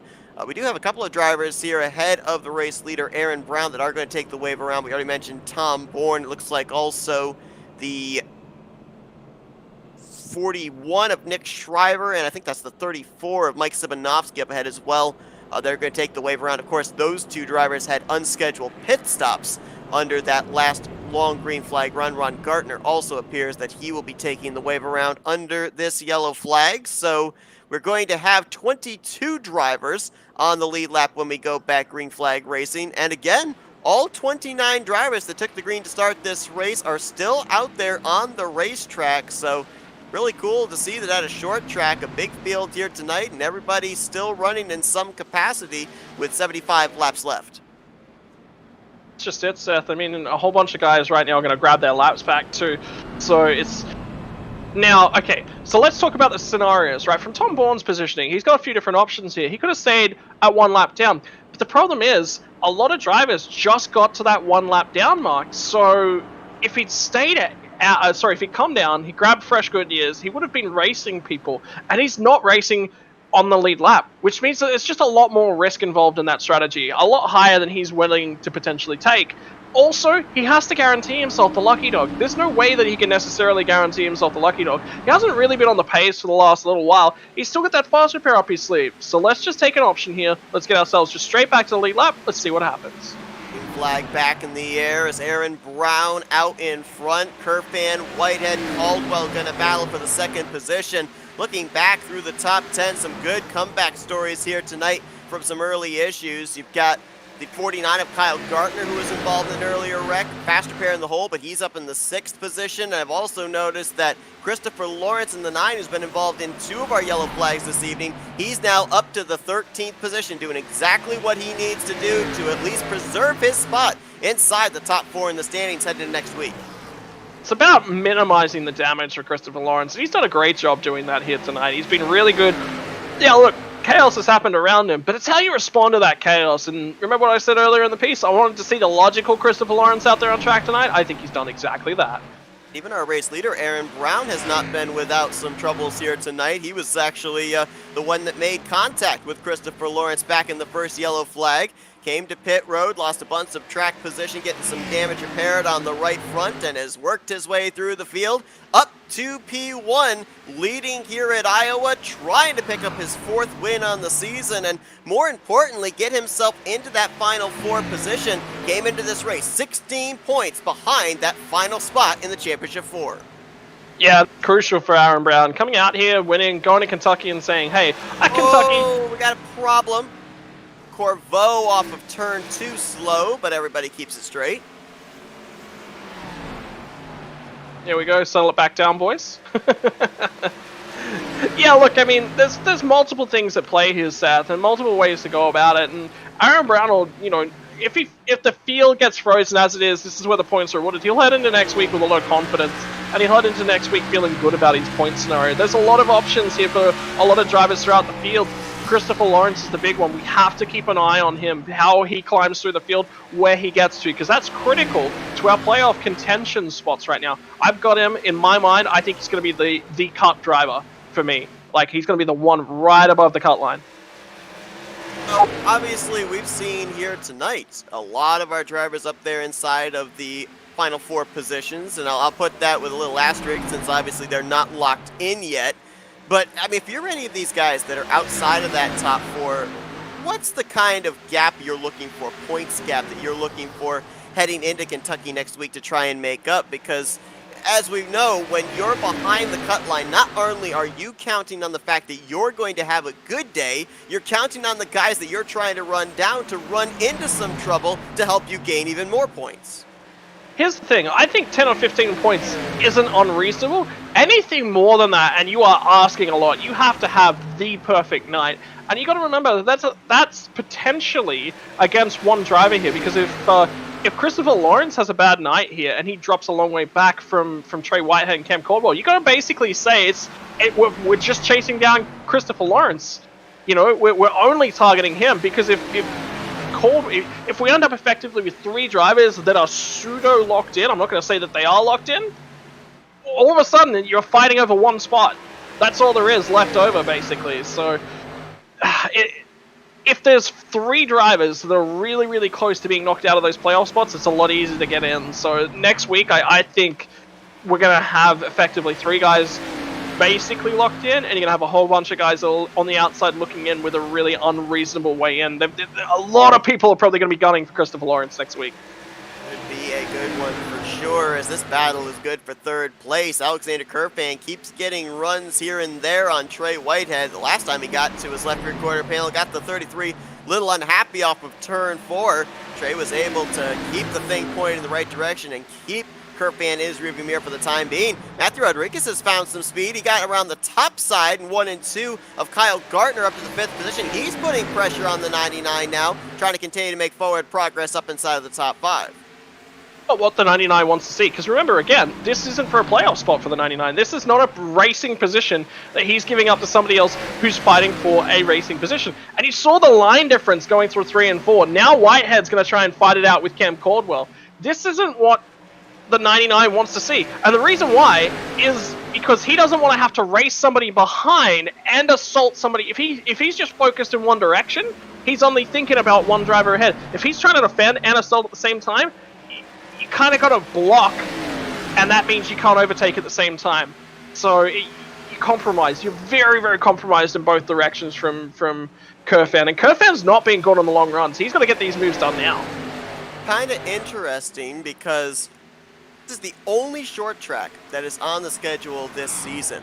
The closest track in length that we have gone to this season on the schedule would be New Hampshire, which was a full mile in length. Guess who was the winner of that race? The guy leading here tonight, Aaron Brown. So, obviously, the places with the heavy braking zones and not so high banking seem to be to Aaron Brown's liking, and you have to wonder if, with the performance he was able to have when we were at the Magic Mile, if he looked at this racetrack with the struggles he's had in the first 2 playoff races and said, yeah, this is the place where I can definitely start mounting my comeback to try and get into that championship picture. Interesting to note. I can't tell you. I definitely can't pick what goes through the mind of Aaron Brown, because some weeks I think I know, and the rest of the time I'm just guessing. 100% guessing. I've got no clue. I really want to pick his mind on that one, Seth. That's a great point. Oh, the 99 just come on the radio and said, oh, I'm not sure about something. I thought there was going to be some contact there for sure. Kerfan driving it deep on Trey Whitehead. And now he's defending. Rodriguez now going to go to the top side. Whitehead had a run on Caldwell. Oh boy, things starting to get wadded up from the second position. Back, we got a wreck. Good thing. DJ Roberts, Brock Whitehead upside down on the front straightaway. Well, I can tell you there's one person who wanted to see that. Well, the caution flag, that is, not the wreck itself. And that's Tom Bourne. That gets him to reset. He's now in with a shot at this one. What in God's name has happened there? This was a battle for the 7th position between Roberts and Whitehead. Bear in mind, Brock Whitehead still mathematically had a shot of getting into the final 4. That's over. He's done. And that car never came back on its wheels. He's 18 back from the cut line now. He'll get a tow back to pit lane. He'll come back out like 2 to 3 laps down. Actually, it'll probably be a little bit more than that just because it's a short track. He's done. That's it. He's done. See what happens here. You know. Let me get that playoff pencil back out. It almost looks kind of like what we've been talking about most of this race. A car pushing up off the inside, car on the top side trying to pinch that car down off the corner, and fortunately, when TJ Roberts pushed up the racetrack, it was almost perfect door-to-door contact between himself and the 31, and just got sandwiched out into the outside safer barrier did Brock Whitehead. And to your point, not only going to fall multiple laps down, but the point now where these laps, they're ticking away quickly. Time is running out in terms of laps and the ability to be able to mount a comeback for Brock Whitehead. So that is a tough break there for him. More than likely, to your point, out of the championship picture right then and there. And I believe the recipient of the free pass under this yellow flag, I think it was Gene Cato in the 2. So we should have 22 drivers on the lead lap when we go back green flag racing. And surprising the fact that pit road is open and nobody came down when it was, because 22 laps on these tires. We've seen most of the time 30 to 40 laps on the tires they come down pit lane. This might have possibly been the final opportunity to come down pit lane, take on that fresh rubber, and then maintain your track position from here to the checkered flag. Potential. That's what I was thinking in the back of my mind. I'm probably looking at about any time from 20 laps from now, and I think it's just too far. I really do think it's just too far to come down and maintain the track position. The guys that I'm really excited for that are suddenly going to play themselves back in contention, the guys that are a little bit further down the pack, I'm looking maybe DJ Daniels is in 13th at this point in time. He was already sitting a long way down there, so he had basically a free call of, I'm just going to come down, I'm going to have a crack, I'm going to take tires and surge through the field. The car directly in front of him, Jay Gimbel's just taken tires. Christopher Lawrence is third on the fresh tires. That's a huge opportunity for these guys. All of a sudden, these guys are going to have a whole head of steam built up. Tom Bourne's just in here somewhere as well. He's going to be towards the tail end of these guys. He's going to be restarting 20th, so a little bit further down. He's going to have to fight his way through, guys. Going to have to use a lot of his head, though, if he wants to get through. But we are going to see a very two-tone race from here. I'm expecting another caution, Seth. Well, Christopher Lawrence, as you mentioned, came down pit road, took on 4 fresh tires and his faster pairs. So add him to the list of drivers that has now used his Risky. lifeline as we head towards 50 laps to go here at Iowa Speedway. Very. The critical part here, Seth, is that is hugely, insanely risky because of the nature of this next restart. I would have held on to it just because you're going to have a lot of guys that are very, very slow, don't have a lot of grip. A second a lap minimum is the fall off for these guys, and that's for Aaron Brown, who had the fresh air on his nose. Everyone else is going to be falling off in that 1.1, 1.2, 1.3 sort of a second range to their qualifying times. So there's going to be chaos in this next restart. This is where it starts. And again, to your point, I'm not driving the race car. I don't know what kind of lap times were that Christopher Lawrence was putting down, but from the 2 incidents that we saw him involved in, it didn't look like that car got a whole lot of contact to it. So I'm with you. I would have kept that faster pair for sure. He had already worked his way up just outside of the top 10, so with pretty good starting track position. We'll see how it plays out, though. Maybe he feels that's his final trip to pit road and Could have maybe been a pick up some mistake. track position with some of these guys up ahead, maybe having to come to pit road between now and the checkered flag. We'll see. Aaron Brown's chosen the top on this restart here. That's an interesting call from him. He's looking to maintain the momentum. Older tires, I definitely feel the top lane is faster. It's harder to get the car pulled up on the bottom lane, harder to get the car to turn in. So definitely older tires, I'd say the top lane's a little bit faster, but I don't know if we're quite there yet. Aaron Brown looking for back-to-back victories here at Iowa Speedway for the JKR Motorsports team. Tom Caldwell to his inside, looking for his 3rd win on the season, 2nd win of the playoffs. Trey Whitehead is going to line up in 3rd with Alexander Kerfan in 4th. Matthew Rodriguez will be 5th, Vickery in 6th. 7th, Kyle Gardner, Matthew Fleming in 8th, Patrick McQuaid, Joshua Billiter going to complete the top 10. Green flag back in the air, closing in on 50 to go at Iowa Speedway. Keep your eyes way back down the pack for some of these guys with fresh tires. Remember, Gimbel is the first driver on fresh tires. DJ Daniels is getting aggressive. On the top side, 3 wide, the bright pink machine back there, exiting out of turn number 2. Caldwell trying to get 2nd place from Kerfan as they are wadded up from about the 9th position on back.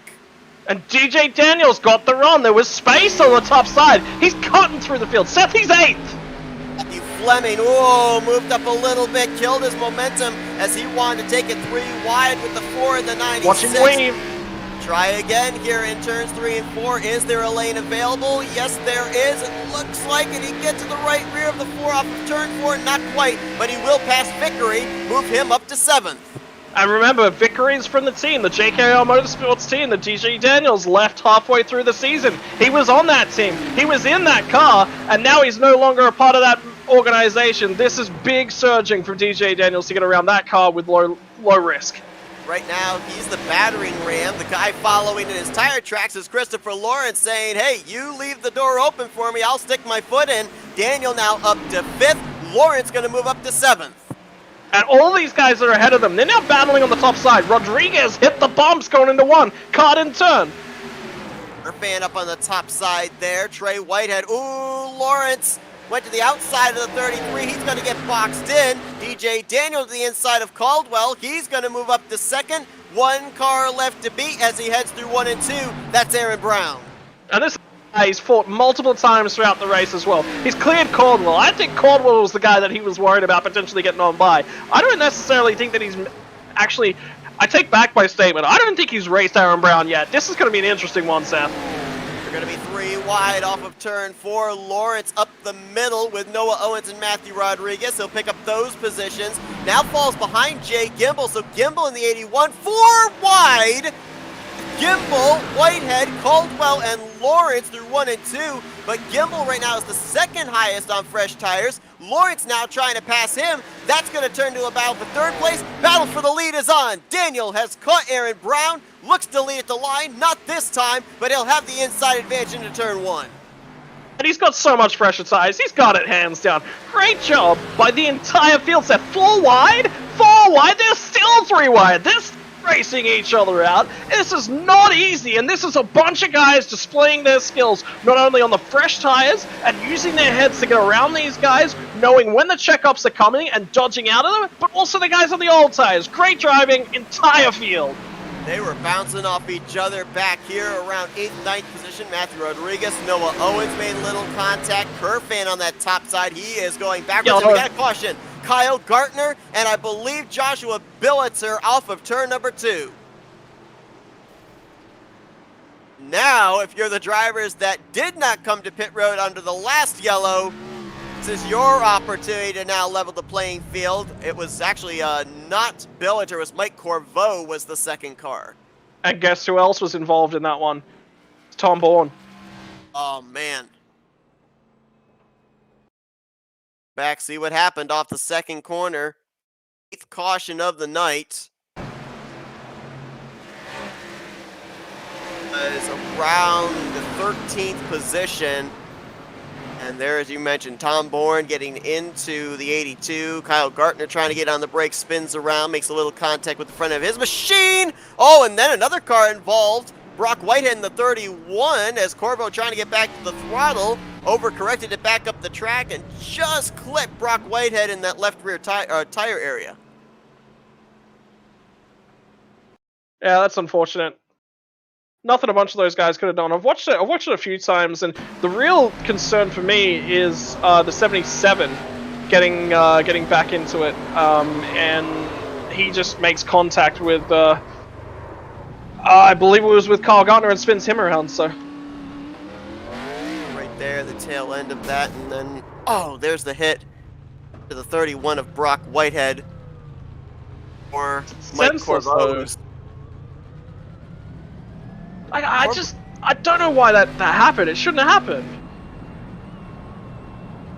I believe the 82. Bourne stayed out.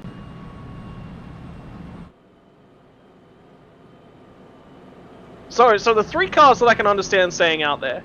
I can understand DJ Daniels, I can understand Jay Gimbel, and I can understand Christopher Lawrence. They were the 3 best placed tires on the fresher tires. Noah Owens has played himself back into contention here by staying out here. This is a smart move by him.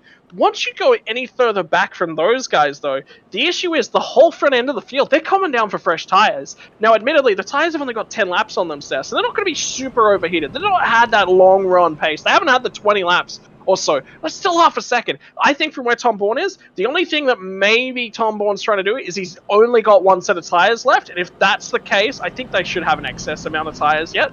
Then I support this decision, but I think Bourne had to come.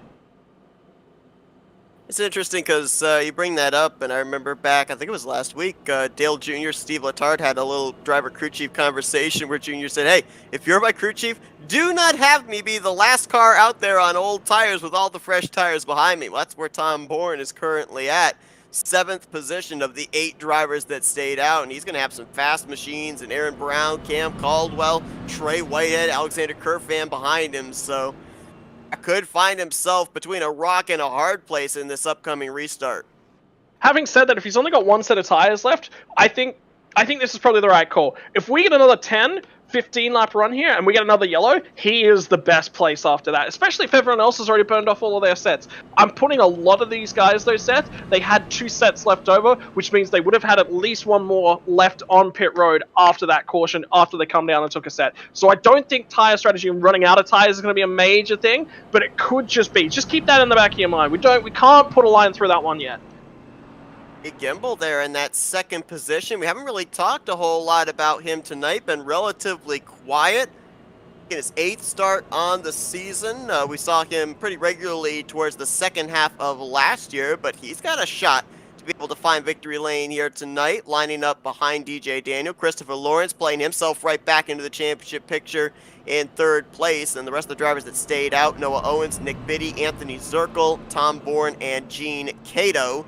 So 9th on back, we'll have the fresh tires for this upcoming restart, and I believe Zachary Woods was the recipient of the free pass under this most recent caution. So 22 drivers will be on the lead lap when we go back green flag racing, and it looks like Brock Whitehead, he took on the faster pair as we assumed after his flip off of turn 4, but he is 5 laps down and back on pit road for more repairs. So, as you said, probably put a strike through his name for a chance of advancing into that championship 4 when we get to Auto Club in 2 weeks' time. But I wouldn't put the pen away quite yet, because there's still going to be 40 laps to go when we go back racing here, and we know short tracks, the late race restarts, they are crazy, especially with the fact that last restart and this restart, we've got the fresh tires versus the old tires.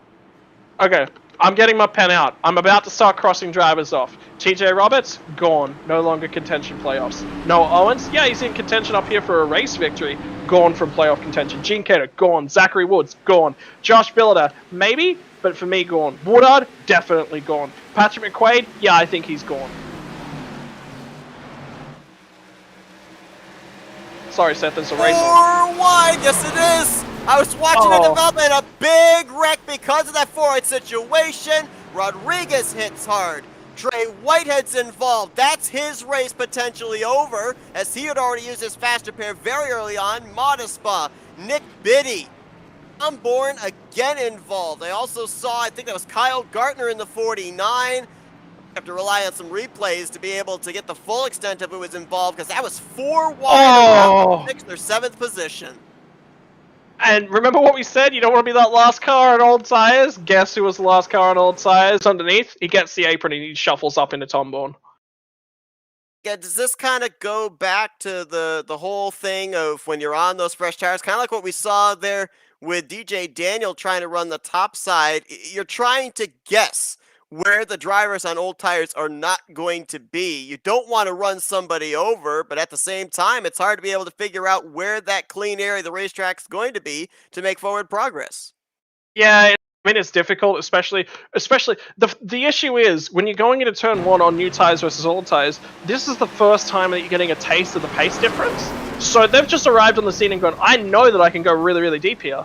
Oh, how deep can I go? Where can I? It's still and the tires are still cold. They're not up to temperature yet. They don't have that rear end ability. So I think Aaron Brown's just gotten that little wiggle on as well. He's caught the apron. Just multiple things have gone around. I'm just trying, Seth, to go through frame by frame here and just sort of pick up the cars that are involved. So Aaron Brown, Cam Caldwell, Gene Cato, Tom Bourne, Trey Whitehead, definitely involved. So there's 5 cars.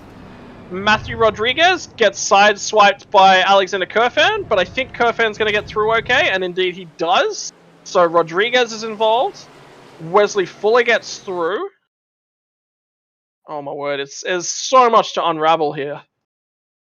Maybe the 16 of Bronson Stafford might have gotten a little piece. Fleming involved. Stafford definitely involved. Stafford's basically just parked underneath the collection of cars on the inside. In the, no, Stafford gets through. Stafford gets through actually not too bad. He may have slight amounts of damage. Josh Billiter was involved. 96 Jeffrey Vickery gets through okay. The 34 gets through okay. I think actually Ron Gardner gets through okay, which is a great job if he's done that. Should take I don't know about Simonowski. On Gardner, because I think he did get through this, and that was a lot to try and make his way by. He's the wreck up ahead. To pick a place, it's gonna go right up the middle, and the right area. There were a couple of cars that actually made their way through there as well. Zach Woods was actually one of them there in the 60 who had just recently gotten his lap back. On board with him as he came to a stop and waited for everything to unfold ahead of him. Very smart. Very smart. In that instance, Joe David is going to have a really good view of this one, I think. Because he gets to see the wreck happening, because the track just unfolds ahead of him. And he just sees cars scattering everywhere. Joe's actually going to drive straight into the side of Tom Bourne. Well, Tom Bourne, I believe, had not used his fast repair, so he's got that to fall back on. Rodriguez still had his fast repair, but I'm wondering about that 33 of Trey Whitehead. Just how much damage did he sustain? Because a lot. He got a secondary hit. Yeah. He got a secondary hit. So what he's done is the wreck is still unfolding itself, and he's facing in the wrong direction. That means he has the least right of way of any of these cars, right? If you're facing in the wrong direction, you've got the most visibility of everyone coming. Now, what he sees is cars trying to clean themselves up. What he should have done is slow spun himself. Instead, he just stands on the accelerator and tries to do a flick spin. He's got a damaged race car, he's got tires that aren't up to camber, and he doesn't know these things. This is really, really silly from him, and he's driven across the track, across the nose in front of, I believe it was David? Yes, it was the 83. Yeah, and David's just got nowhere to go. This guy just comes out of nowhere and just flicks the car across. That is silly driving. That is incredibly silly driving. Flag back in the air. Cautions immediately back out as well. David Modespaw and the 41 of Nick Schreiber have had an issue on the front straightaway. Oh, just as soon as we get the green flag back out, caution waves once more for the 10th time here tonight. We're going to go back and look at this replay, but something that I want to follow up on here that happened under this last caution period, Christopher Lawrence is no longer in this race. Okay. He had an internet dropout. His internet connection died. Okay. That's what I was wondering, and that was from up inside of the top 10. He'd actually gotten through that wreck. Oh, and Schreiber gonna get up through the gears there, just spun those rear tires, completely snapped the car around. Modespaw nowhere to go, so that's what brought out that yellow flag just after they had crossed the start-finish line. But Christopher Lawrence, this puts it a little bit more interesting leaving tonight, depending on how many laps he loses, how many positions he loses, before he eventually gets back in, if he gets back in before the checker, because right now, he's all the way down to the 26th position, and I mentioned the fact that he came into this race only 8 points ahead of that 4th position in the standings. I mean, the last thing you want to do if you're Christopher Lawrence is head into the final elimination race of the playoffs as that cutoff line driver, the guy that everybody's gunning for. At this point, Seth is 4 laps down. He won't get any of those laps back. The only thing he can do is prevent himself from dropping further down. So he is going to lose a whole host of points. The only saving grace is that there were a lot of cars taken out in that last caution, right? Not the one that we've just seen, the one that we're currently under, the previous one prior to that. So that's his only saving grace. Yeah, 4 of those drivers that are trying to take that points lead away, or not the points lead, but take that final 4 spot away from him were involved in that. Actually, no, 5 of them were pretty much involved. Caldwell, Trey Whitehead, Kyle Gartner, Aaron Brown, and Tom Bourne. They were all involved in that incident. And Brock Whitehead, that other driver that was in the vicinity, is now scored as the only car out of the race in the 29th position. Lawrence has returned into the server. He is going to be 4 laps down, currently in the 26th position. And 81 of Jay Gimble was up there in 2nd place. He's come to pit road for what I assume is his final set of tires. He'll be restarting back in the 18th position, but not on him. What if that could be a race-winning move? Yeah, I mean, maybe. I mean, there's a whole bunch of guys out here now that all of a sudden this race scenario massively changes. What a call from DJ Daniels to come down pit road on lap 44.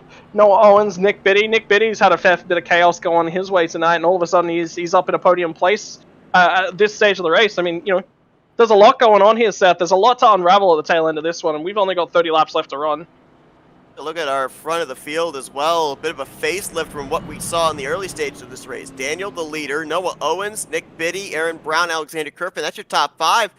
You've got Wesley Fuller in 6th. He was involved in an incident earlier on. TJ Roberts was involved in the wreck that had the 31 of Brock Whitehead flipping off of turn 4. Jeffrey Vickery is now in the 8th position. He and Bronson Stafford had previous contact. Gene Cato was a lap down early in this one. He's in 9th. And Zachary Woods, who a couple cautions ago got the free pass. He's the top 10. So you got a lot of guys here who have kind of weathered the storm that is Iowa Speedway and could be in line for some really good finishes here tonight. But again, even though it's a short track, little less than 30 laps to go, that's still a long ways to go in terms of what could happen before we see the checkered flag. Let me get my marker out, Seth. We're going to have to scribble a whole bunch of stuff back down over these playoff drivers, I think. Both of the Whiteheads, you can't finish. You can't finish 28th, 29th and make the playoffs. They're done. They are D-O-N-E, done. Serve them up French fried. I'll take it as a side with my Big Mac. When you consider the fact that Trey Whitehead been 4th in the point stands, he was 14 points ahead of Kyle Gartner, he was 16 points ahead of Aaron Brown, so both of those drivers, especially Aaron Brown right now up inside the top 5, have a shot of moving their way into the top 4 heading to next week. Yeah, I don't see Lawrence maintaining his position inside the top 4. I mean, it comes down to where Kyle Gartner finishes for me. So Brett, let's shuffle Trey Whitehead out, Brown in. So there's your 4. Would then be Daniels, Lawrence, Caldwell, Aaron Brown. Tom Bourne, I think, is Kyle Gartner and Tom Bourne are fighting for that next spot, and they're only 5 points apart as it stands. It depends how heavily damaged Kyle Gartner's car was in that one, and I think Tom Bourne still had a fast repair up his sleeve, so he's potentially still in a great position. Going back to the Christopher Lawrence thing, just looking at the math here, yes, he was only 8 points ahead of 4th in the stands, but he was 22 points ahead of Kyle Gartner, so I don't know if they'll necessarily fall outside of the top 4, especially with Gartner mired back in 15th. Well, you've got to remember that there's a lot of laps still here. Gartner's got a fresh car, right? He's right there with Tom Bourne. I think Bourne is potentially going to be the 4th driver when we go in next week, at the start of next week's race. So I'm saying at the conclusion of this one, I think Tom Bourne's going to shuffle himself forward. He's got to get aggressive here, and he's got to grab a whole bunch of spots to make that happen. But there's nothing that Christopher Lawrence can do. The only thing Christopher Lawrence could do to make something like that happen is wreck Tom Bourne. That's it.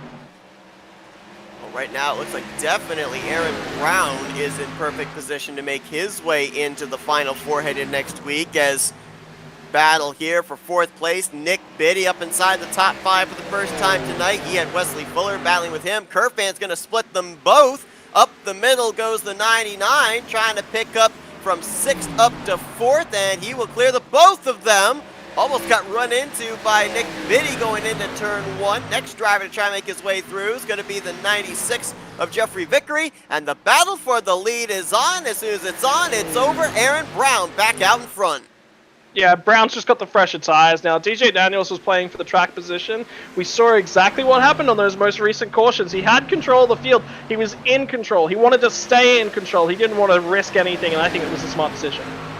Battle here as Vickery gets a little bit loose off of turn number 2. That opens the door for Matthew Rodriguez to fly on by. Cam Caldwell around the top. He'll take advantage of the loss of momentum by the 96. Rodriguez now looking for a spot on Zach Woods. This stuff going on just inside the latter half of the top 10. TJ Roberts looking for a spot on Nick Biddy. That's for P6. And this is critical, because this is all of a sudden Nick Biddy starting to drift back. He's about to start being caught by all of these guys that are fighting for those last couple spots within playoff contention. Biddy could be a big hit! spot. Jake Gimbel hard into the wall back there in turn 2. No caution. Ron Gartner now spins it around on the apron of 3 and 4. And also the 83 has gone around. But that was a hard lick for, I believe it was Jake Gimbel in the 81 machine. Maybe it was somebody else. Somebody hit hard. A red car hit hard, but the front end looks relatively clean in that Chevrolet, so it might have been another driver I saw that took the hard shot into the outside wall, but it hit a ton. Flick back through. There was Nick Shriver was back there. Potentially Shriver. He was slow. It was Gimbel. That car in the aftermath doesn't look like it took as hard a shot as I saw there. Back off the camera, contact between Gene Cato, Christopher Lawrence, goes up, hits the wall pretty well at the front bumper as he leaves the scene of the accident, still relatively intact. He just drifts up the track is what causes it. It was a huge shot to the outside barrier, though. You're 100% right. Ron Gartner came in at the last minute along with Joe David, kind of woe up for the E1s. He came back down the racetrack, so they were both involved in this as well. Where are our drivers that are coming down? Nick Biddy, smart call, I think, from Nick Biddy. I think that's a big call from him. Seth, if you're going to make a pit stop, this is your last chance to make your pit stop. From here on out, you are not coming down pit road. Ultimately, if I still had a set of tires back and I'm in Tom Bourne's position, I'd be coming to pit road under this one. Yeah, you're going to lose a fraction of that track position that you just spent laps and laps and laps working hard and trying to gain. But now the gap to all the tire wear up at the front is actually quite a big margin. The last time Aaron Brown pit was lap 157, DJ Daniels lap 144. Those guys are now on 40 lap old tires. I want freshies. I want to be aggressive. I want to start shoving my way through. The only issue is all those fights that are going on up and down the field, but this gives me a huge option. You'd be restarting, Gene Cato's the first car off pit lane, you'd be restarting 18th. I would have taken there. And you saw the onboard with Bronson Stafford. We saw the 83 of Joe David spun around off of turn 4. It was Stafford who got him. Stafford a lot of damage to the front end. It already used his faster pair, so that is effectively chance for 4 victories this season over at least here tonight at Iowa for last week's winner. We're going to have to wait and see how this all plays out. As you mentioned, limited number of laps here now. Seen obviously that those fresh tires can really move you up through the field. The question is, can they move you up fast enough? And if you're a guy back there on fresh tires, like a Jay Gimbel, like a Nick Biddy, Gene Cato, are you looking for a long green flag run to the end, or are you looking for some short spurts with cautions in between? Long. I think the best option for some of these guys with the freshest tires back here is the longer the green flag run is, the more advantage I can pick my way through the field. So ultimately, I'm looking for a long green flag run. Additionally, I'm just having a quick look at a couple other cars that are just in front of Gene Cato, Nick Biddy, Jay Gimbel, these sorts of guys. You got Bronson Stafford back here. That thing's a modified now. The car's dead. So that is a free spot. Don't even consider. He's not going to fight it. And he knows he doesn't need to fight it. He's just out here turning laps, trying to keep himself in contention. He's enjoying what remains of the night. There's a couple other cars out here that are going to have damage. Christopher Lawrence is going to get waved back through all of these guys. Why did Lawrence and Gardner just make contact? Unnecessary, Chris. Sure, what was going on back there? That's teammates. Yeah, Rebel that's Racing.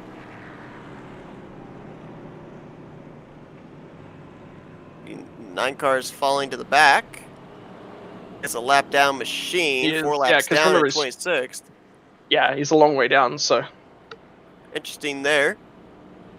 So the drivers right now, based off the numbers we got, that I think we would have to keep an eye on for this upcoming restart that did not come to pit road under this caution. 7th place Matthew Rodriguez, 8th place Cam Caldwell, Matthew Fleming in 11th, Tom Bourne in 12th, because those guys, everybody else ahead of them, have anywhere from 7 to almost 20 laps on their tires as opposed to those other guys. Caldwell's 163 was the last time he was in pit lane. A lot of these guys, last time they were in pit lane was 163. So ultimately, not brand spanking new tires, but that fall off is definitely not going to be anywhere near as much as the guys are way up in front. I think we're about to set Iowa Speedway alight, Seth. Patrick McQuaid was the recipient of the lucky dog under that last caution. 22 drivers on the lead lap, 27 out there running. Trey and Brock Whitehead, the only drivers back in the garage area, so Trey Whitehead either out of it or going to have to play major catch-up next week when we get to Kentucky. So it'll be Aaron Brown, DJ Daniel, the front row. Bear in mind, DJ Daniel, he's still looking for his first victory on the season, a 3-time winner last year, and still with a goose egg in the win column. Yeah, good point. Nearly 40 lap old tires underneath the 23. Green flag back in the air. Aaron Brown with a great jump. He'll lead them into turn 1. Caldwell 3 wide there with Wesley Fuller, TJ Roberts. He's up to 5th. Now looking for 4th on Noah Owens. And he's got to make quick work. Caution's out again. It's Patrick McQuaid up into the wall in turn 2. And that's his season done. That will be it for him. There's not enough laps left to gain back what he needs to get back, so... Back and see what happened to him. McQuaid came into this race 9th in the playoff standings, but total of, I believe it was 24 points? No, 27 points behind 4th in the standings. Christopher Lawrence in the middle of this one again. Why is Christopher Lawrence involved in this? He's 4 laps down, mate. Just back out. I'm gonna shut my mouth before I say something I regret. I'm on board with that opinion, though. Especially when you're many, many laps down the closing stages of the race. You're just turning laps. You're not racing people. Why are you sending it so deep into the corner? You should be nowhere near these guys. You shouldn't be restarting. I'd be giving myself... Christopher Lawrence is an admin in the server. He can give himself an EOL penalty just so he's just turning laps around the back of the field. He can't gain anything at all. Full stop. And there's nobody on his same lap. Closest Exactly. competitor he had Get are Mike anything. Stepanovsky and David Moss, but they're 2 laps down. He's 2 laps behind them.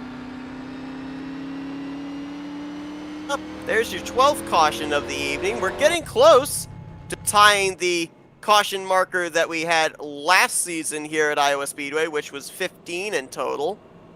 We're still going to have about maybe 10 laps, a little more than 10 laps to go when we go back green. Plus, we've still got the potentiality for overtime green-white checkers. Joe David going to get the lucky dog, so 23 drivers on the lead lap here. Caldwell was moving there, though. He got himself up from about the 8th position up to 5th. And he was trying to make a move there on Noah Owens. So right now, on these upcoming restarts, are we looking advantage to the 12? Yeah, for sure. I mean, his tires are just so much fresher. Ultimately, if he doesn't get up here, it's because something happened. I think this is Caldwell's race to lose at this point, so he's just got to make sure that he picks these guys off. It needs to be quickly, because the back of the pack is still wrecking. They're still having cautions back there. So I would say this next restart, his most important thing is to pick off at least 2 more cars, reset them, go again, another 2 cars, well, then he's in the lead.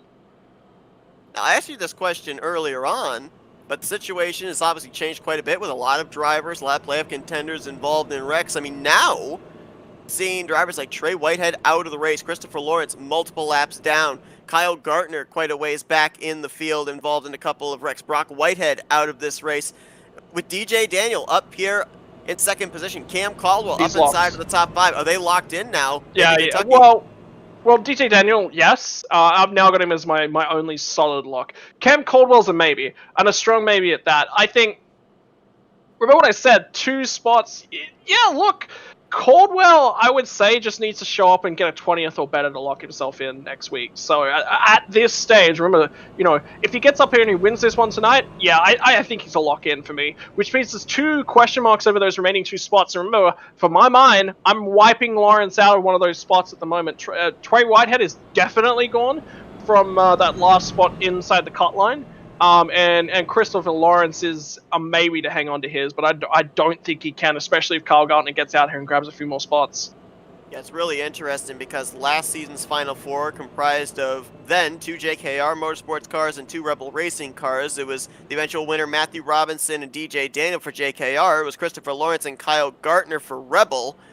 Right now, it's like at least one of them will be in the Final Four in back-to-back seasons. Big question mark there over Lawrence and Kyle Gartner, though, depending on what happens still with the finish of tonight's event, and then, of course, next week at Kentucky Speedway. I mean, it could be, DJ Daniel versus 3 brand new competitors here this season with the championship on the line, but 11 laps to go here in regulation, looks like, when we go back green flag racing. Aaron Brown, the race leader. DJ Daniel, 2nd. Alexander Kerfan and Noah Owens in row 2. Cam Caldwell, TJ Roberts, row 3. Wesley Fuller, Matthew Rodriguez, Zachary Woods, and Jeffrey Vickery. That is the top 10. Matthew Fleming's in 11th. Tom Bourne in 12th. Kyle Gartner, Joshua Pilcher, and Anthony Zirkle.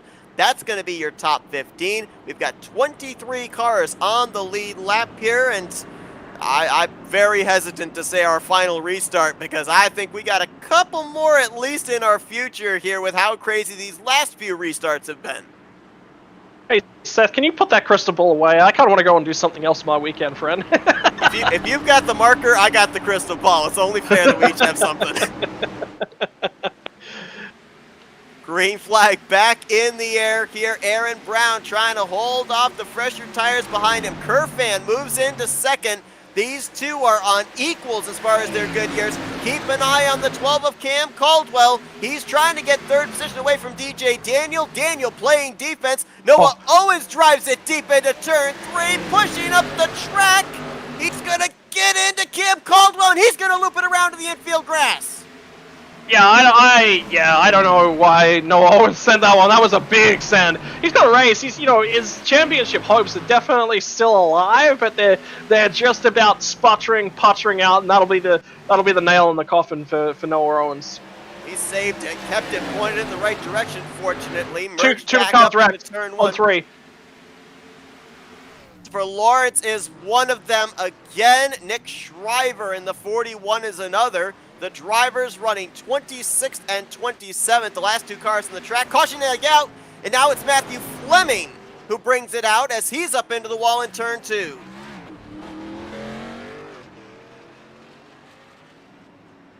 The old adage, cautions breed cautions. Had, I believe, only 6 yellow flags in the first half of this race. Since then, we've tacked on another 7 more. Let's go back first to the incident that didn't bring out the yellow with Lawrence and Shriver, and then we'll take a look at the Matthew Fleming incident that did bring out the yellow. I got nothing to say about I've already said my piece about Lawrence, so ain't nothing else I can say. Down into Shriver. He was trying to make a move to the inside of Patrick McQuaid, and Shriver was definitely there. That didn't bring out the yellow. That was fortunately down below the yellow line. No yellow flag flying, but we didn't avoid the caution as Matthew Fleming finds some contact with, I believe that's Tom Bourne going into turn 1. They were particularly 3 wide for a brief moment there. Actually, Tom Bourne got help. I actually put that on board, but no, Zach Woods actually got into the left rear quarter panel of Bourne, sent him up the track into Matthew Fleming, who was then the buffer between the 54 and the outside wall, but I don't think Fleming really hit much of anything. No, he sort of just drifted up there and just parked it. I mean, he was trying to save the car. He barely kissed the wall with the rear end. I mean, if he's got a fresh set of tires, they'll be coming down to take them. He's got to take some repairs and stuff as well. So let's see if Fleming can get back out there and grab some spots. He's going to have really fresh tires, Seth. So there's actually some opportunity here for Matthew Fleming. And he drove really well last week as well. Well, last week was actually up inside the top 10 for a good portion of the first half of this race as well. Was making some good forward progress up through the field. Kept that car in relatively one piece. We saw there even with that spin and the slight maybe a little bit of contact with the right rear quarter panel. That car still looks relatively clean for being at a short track. And Matthew Fleming, I believe, has not taken on a faster pair the entirety of this evening as well. I think he just took on the faster pair now. So he's driven a very good race. Track position here though, but as you alluded, getting some fresh tires. DJ Daniel came down pit lane along with Noah Owens and Patrick McQuaid. So at least Daniel and Owens getting possibly that final set of tires, but if anything, I think now for DJ Daniel, he's kind of waved the white flag in terms of winning this race. He's just now going to try and use those fresh tires, pick up as many spots as he can in the closing stages here, preserve his spot inside the final 4. Well, Seth, put it this way. If I was in DJ Daniel's shoes, I wouldn't have come there. And this is the difference between being an experienced campaigner and knowing your championship implications and what you're trying to do. If he finishes inside the top 5, he's a lock. That's what I would be doing. I don't want to go into the race next week from DJ Daniels' perspective and go, hey, I still need to race this one out. Because things can happen. Have a look at Christopher Lawrence. Christopher Lawrence is 4 laps down, right? Because of an internet failure. That's it. That is the only reason he's back there. Since he's been back there, he's been involved in some wrecks. That's a completely separate, thing to think about. But from DJ Daniels' perspective, I think this is too much focus on winning a race. There's no reason for him to win this race. He doesn't need to win this race. Another issue I see as well. We've seen a lot of the incidents that brought out these last few cautions back in that area. So you're putting yourself back in the eye of the storm. This is suicide from DJ Daniels. This is absolute suicide. We are waiting for the lights to go out top the pace car. If they go out this time, we will have 3 laps to go in regulation. Bear in mind, we still have the chance. We could be going into overtime as well. On the leader, Kerfan in second. They've got 39, now 40 laps on their tires. Cam Caldwell, about 7 lap fresher tires as he's about to complete his 34th circuit. TJ Roberts has 38 laps on his tires, 34 for Matthew Rodriguez, 40 for Fuller, 40 for Vickery. Then you've got 53 laps on the tires of Zachary Woods. So that says to me that he may have taken on his last set about 53 laps ago, and now he's just riding it out, trying to preserve whatever spot he can, possibly inside of the top 10. Oh boy. Yeah, there's a lot going on here. There's a lot to unravel here, and Seth, I mean, if this is another major field wreck, if there's a whole bunch of cars that get going here, all of a sudden you may see DJ Daniels throw away the championship lead here. If that happens, right now I've got Cam Caldwell leading us into next week. I believe you would be correct. Right now, running in 4th with Daniel currently outside the top 20 in the 21st position on this restart. Green flag back in the air. 3 laps to go. Watch the 12 of Cam Caldwell. He's got the freshest tires of the drivers inside the top 4, but even those tires are pretty worn at this point in time. Aaron Brown trying that top side there through 3 and 4.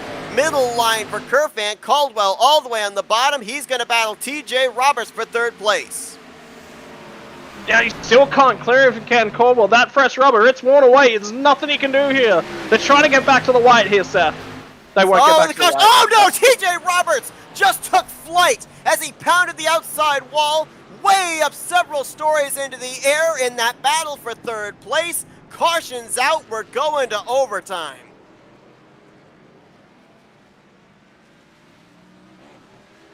TJ Roberts entering the stratosphere here at Iowa. My goodness. Cleared the catch fence. He was up above the catch fence.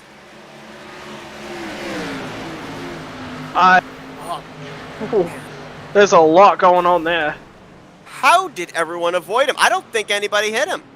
I don't think anybody hit him either. I mean, the only other thing is the cars that are spinning back through down towards the apron. Remember what we just said about, oh my word, DJ Daniels just barely dodges everything. Seth, go and have a look at his cockpit. Take a look with him. Oh man, there it is. There, center your shot. Oh my goodness. Who was that other car? I think that was Mike Corvo.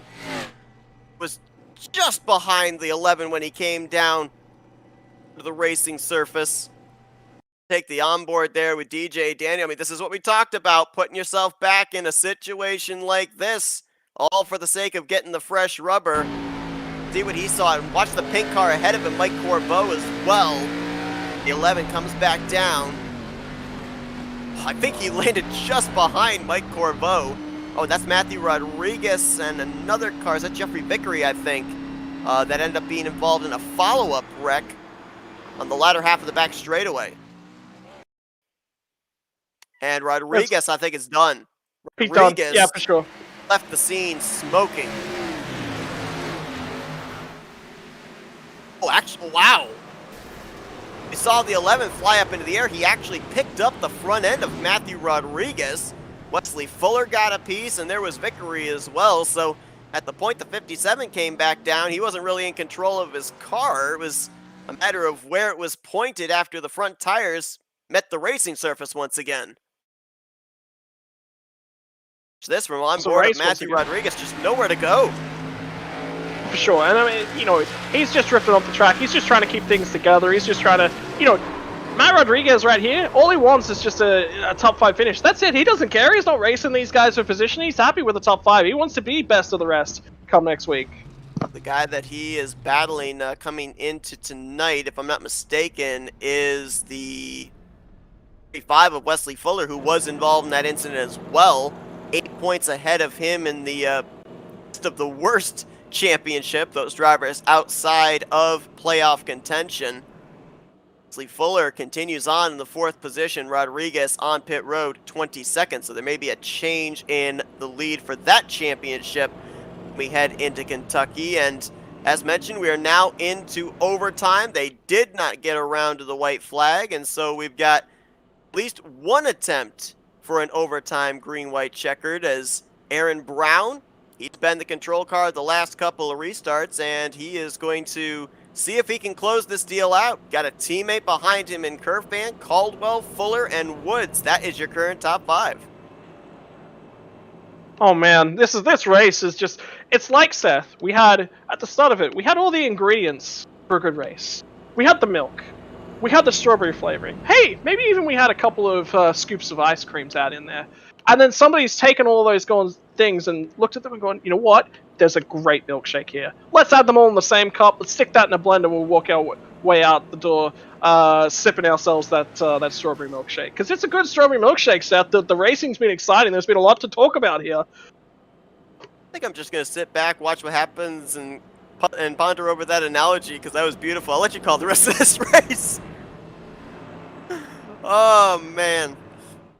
We knew Iowa was going to be, as you called it, that wild card race for a lot of these playoff contenders. We knew that before Kentucky gave us the story of who was going to battle for the championship, Iowa was going to be the precursor of who was still going to be in contention to be in one of those final 4 positions. And much like predicted, it has definitely done that.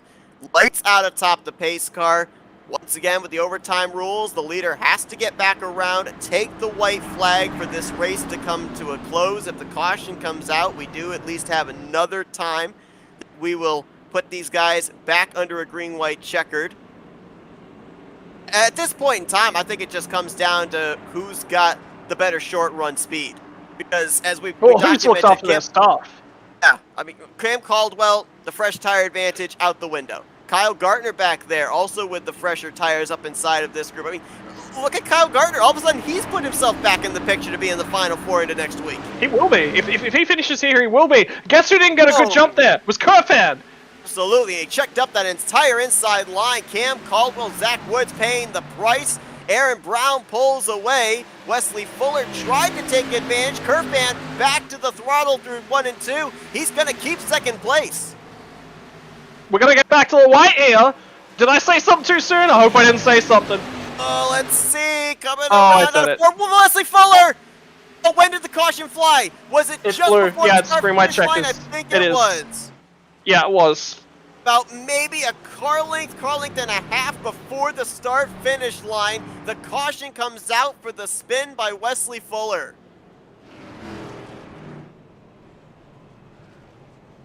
On the inside there, it was Cam Caldwell, wasn't he? And I mean, he's got the fresher tires of the guys that are actually up here, so I mean, but he's been racing guys aggressively and trying to get past them, and this is another one of those full send moves, and he's just trying to drift up the track, and Fuller's just squeezed him a little bit. We've been talking about that. That's been caused most of the wrecks off of 3 and 4 tonight, is that cars just squeezing each other. Question I have here is, we'll watch the spin. It was enough of a spin to bring out a caution, but watch, he gets the car pointed back the right direction, crosses the start-finish line in the 10th position. I do believe that because he then maintained pace speed crossing the line, he is actually going to be able to hold on to that 10th position, will not have to drop to the rear, and as soon as I say that, he's dropping to the rear, so never mind.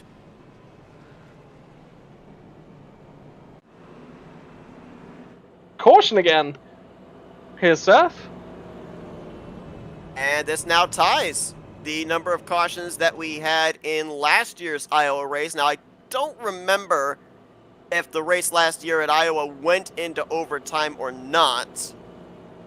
I do know it was 15 yellows in total, and tonight we are now up to the 15th caution of the evening. So if we're looking at some other parallels that could take place, now Matthew Robinson was the winner of this race 1 season ago on Ridge's championship, and look who's running in second place, Alexander Curfan. So, crystal ball's out. I'm sorry.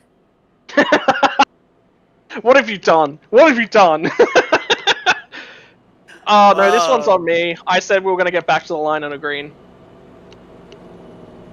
Well, the one thing that I can guarantee you of is we will not have the top, at least the top 3, or even really the top 5, look the same in terms of numbers as we did one season ago. Lawrence, many, many laps down in the 9 machine, last year's runner-up, and James Cato finished in the 3rd position here 1 year ago. He was driving the 3 car at the time, multi-time winner last season, not in the series here this year. So the only car number that is up here with a shot of having back-to-back podium finishes at Iowa would be the 99. It'll be interesting to see if he can get it done. I mean, there's still a long way to go.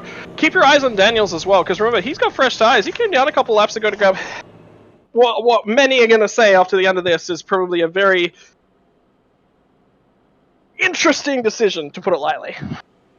And one of the things that I kind of love about looking at this top 10, look at the names that have now raced their way into positions to still have a shot Kentucky next week. Aaron Brown leading this race. Alexander Kerfan in 2nd. Kyle Gardner in 4th. Tom Bourne is up to 7th place. These are guys that came into this race behind the final 4 in the current point standings. The finishes they've got currently lined up here, if they can close out the deal, they've still got mathematical shots to be in that championship hunt by the time the checkered flag waves next week at Kentucky. And you know what? Christopher Lawrence, he's still out there, he's still picking up laps, and guess what? He's now put himself ahead of Vickery, Shriver, Roberts, and Rodriguez. 27th, now up to 23rd. So some very valuable points there for him. And another driver that's also made a little bit of progress, Patrick McQuaid in the 77. He's back in the lead lap in the 15th position.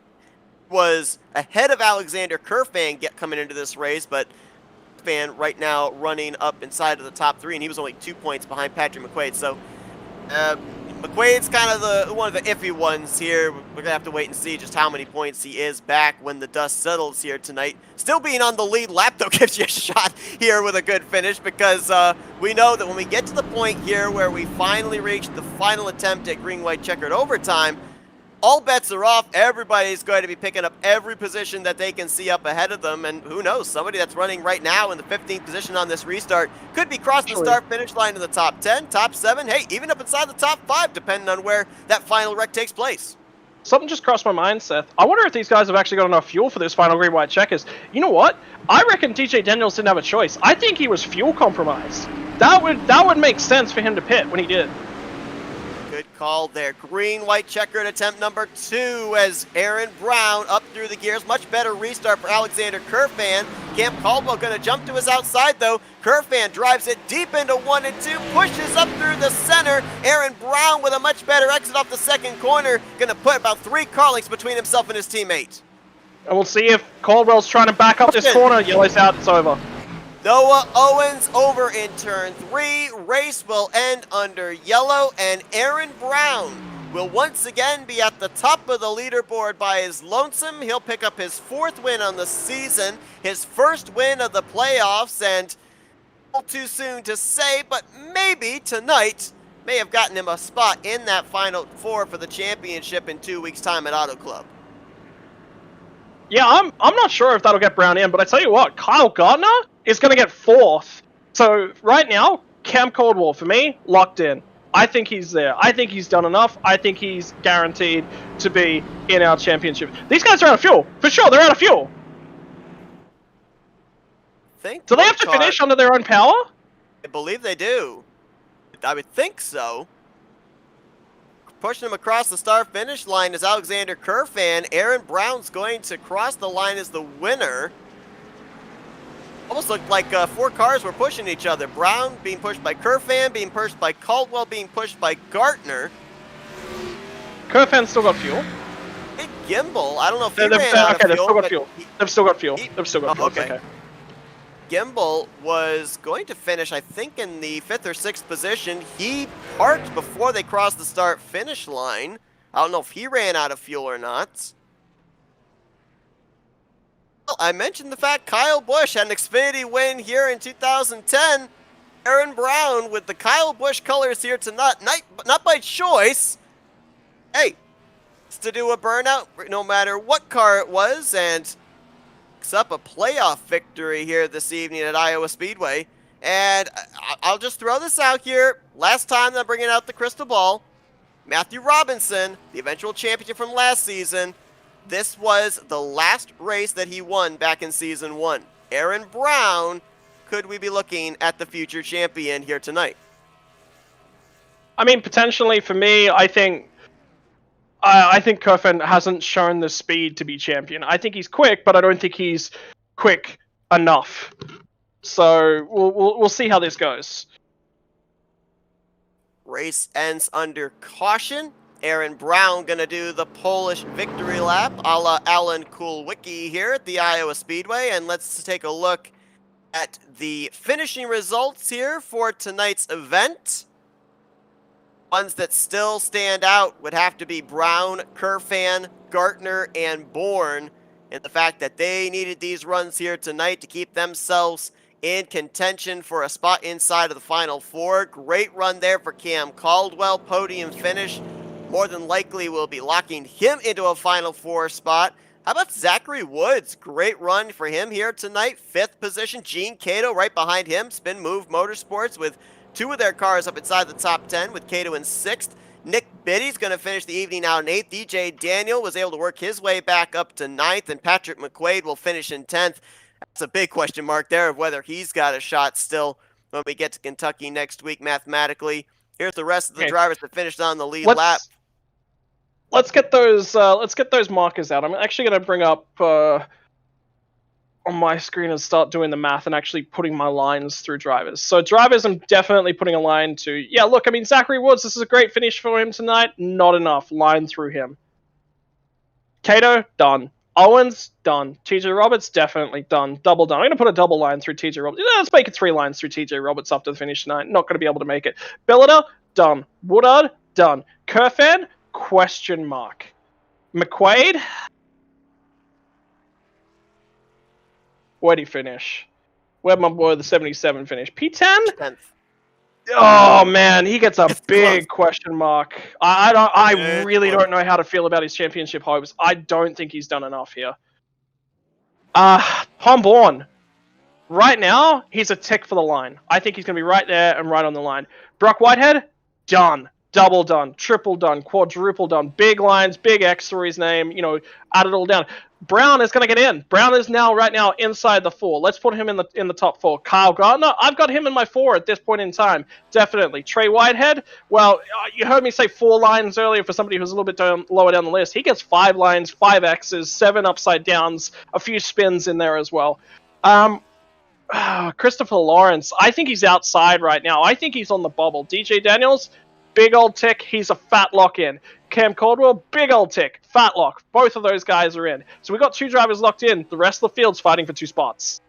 Right now, it looks like the Final Four going into Kentucky. DJ Daniel, Cam Caldwell, Kyle Gartner would displace out Christopher Lawrence. Aaron Brown would displace out Trey Whitehead. So that right now, I think, are your Final Four. Heading into Kentucky, the question is, can they keep those spots, especially drivers like Gartner and Brown, who are just now moving up into the top 4, and they're still going to have some drivers mathematically in the hunt to knock them out when we get to next week's mile-and-a-half track. Yeah, there is a lot to go on. So, I mean, it's going to be tight. It's going to be really, really tight heading in. I think you're going to have 4 drivers going for two spots. One driver that might not have nearly as much pressure as everybody else heading into next week after good runs here in the first 3 playoff races, including the win at Phoenix. Finishing 3rd place here tonight is Cam Caldwell. Let's talk with him. Cam, Scott, and Seth up here in the FRN booth. You got us? Yep. Man, crazy one here tonight at Iowa. We kind of felt it was going to be coming in, the only short track on the schedule, but let's talk about your night. I mean, out in front in the early stages of this, we ended up seeing you up inside the top 5 pretty much the entirety of the evening. You bring it home 3rd place, and we just mentioned the fact that the finishes for this 12 car have been really good ever since the playoffs began. You have a cushion heading into Kentucky next week, so how important was it to make sure you had this good run tonight? Yeah, it's super important. This is the track I was most worried about in the playoffs because I don't have a lot of experience here, and when I have ran here, I've never been good, so I was really worried about it. Third place is really good, obviously, but I really don't feel good about it after the end that race with Wesley. I feel really bad about that. I apologize to him, but still doesn't make it feel any better. I mean, it was tight racing most of the night along, and I'm just doing the mental arithmetic over here at this point in time. I think you've done enough to put yourself forward for that spot. I think you're a lock for the championship. How do you feel about that? Heading into next week at Kentucky, I think you've got to just basically just show up and turn laps. I don't think you got to do anything more. Yeah, that's cool. That's obviously the main goal of the playoffs to make the final round. So it's real nice to have a good cushion. I haven't seen the points yet, so I don't really know what it is or if I'm locked in or whatever. But it'll be nice to not have to really worry about it if that's the case. And if it is, then I think seeing as what the results have been lately, I'm not too worried about it either way. With that being said, I mean, let's flip 2 weeks ahead to Auto Club. I mean, how much easier is it now to be able to focus on that season finale, since it looks like you can very easily make your way into that Final Four, kind of put all your concentration on that finale to try and close the season out with the championship? Yeah, it'll be nice. I don't think it'll be any less preparation because after Phoenix, I kind of put my eyes forward for Auto Club. Obviously, there's still work to do before then, but I was feeling pretty good about my chances anyways. So I feel pretty good about Auto Club. It's been a good track to me in the past. So I feel like it'll be pretty good, but I don't know. It's tough because I don't know where Aaron is in points, but obviously he was really fast tonight, and he's pretty much fast everywhere. And DJ is really fast, and Kerfane was really fast tonight, and you never know. With this league, it could be any one of the 16 at this point. So it'll be fun, but it'll be tough for sure. It's going to be a lot of fun to see what happens when we get to Auto Club. Of course, we got Kentucky next week to kind of set the final stage for that finale. But Cam, congratulations on another solid outing here tonight, P3. We're now going to turn the mic over to you for some thank you sponsors and shout-outs. Yeah, thanks to my team, Radius Racing, and all my teammates and everyone who races with me in here. Thanks to my family for watching. Thanks to our sponsors. Thanks to you guys for broadcasting, and we'll see you next week. That's Cam Caldwell, brings it home in the third position under the lights at Iowa Speedway. Run for him here tonight, and some good points heading into Kentucky next week. Congratulations once again, Cam, and best of luck in the Bluegrass State next week. Yep, thanks, guys. Stands are being compiled as we speak. We'll be trying to give you guys a little bit of an outlook of what they will look like heading next week after we finish these interviews. One guy that's going to be very interested in where he's going to end up here tonight after his second place performance is Alexander Kerfan, who came into this evening in the number 10 seed. Let's talk with him now. Alex, Scott, and Seth up here in the FRM booth. You got us? Yeah, I gotcha. We saw a lot of short track strategy here tonight. Different drivers coming to pit road under different cautions, varying tire strategies, which led to a lot of stack ups on some late restarts. But you bring this thing home in the second position. You really needed a run like this here tonight to keep yourself up there in a chance of getting into the Final Four. Do you think you did enough? And with that being said, I mean, what's the goal when you get to Kentucky next week to kind of close out the deal? Yeah, I'm really satisfied with today. Points were definitely very important to be had today to keep myself into contention for the top four. Same mindset for next week. Top three minimum. A win would be great, but I just need to maximize points at this point and just be focused on that cut line. And that's just it. It's so tricky, and I mean, we're going to a track that's just about wide open once again. We had some great racing last time out at Texas. I mean, how are you feeling going in there? Are you going to be taking all the lessons that have been potentially learned at Texas? Yes, it has its own quirks, but the styles of racetrack are very similar. Yeah, I feel like Kentucky is another track that's really abrasive on your tires, and I feel like I'm definitely more suited for the long runs. I feel like I can definitely get a good tire saving run in at Kentucky. It's a track that I'm kind of familiar with. Yeah, I'm pretty confident heading into next week. Obviously we saw last season, we saw a lot of team communication going on between JKR, Rebel Racing. We saw a 50-50 split for the Final Four heading to that championship battle. We're seeing yourself, Aaron Brown, starting to pick it up here in the second half of the playoffs as well. I mean, how much team communication is going on to try and get as many of your team cars up there in that championship battle at Auto Club? Oh man, we were chatting up all race strategies, pit strategies, tire strategies, fuel strategy, making sure we time our restarts so we can slot in with each other. It was yeah, it was a really good work today with Aaron. I'm really proud of him. Really glad for our 1-2 today.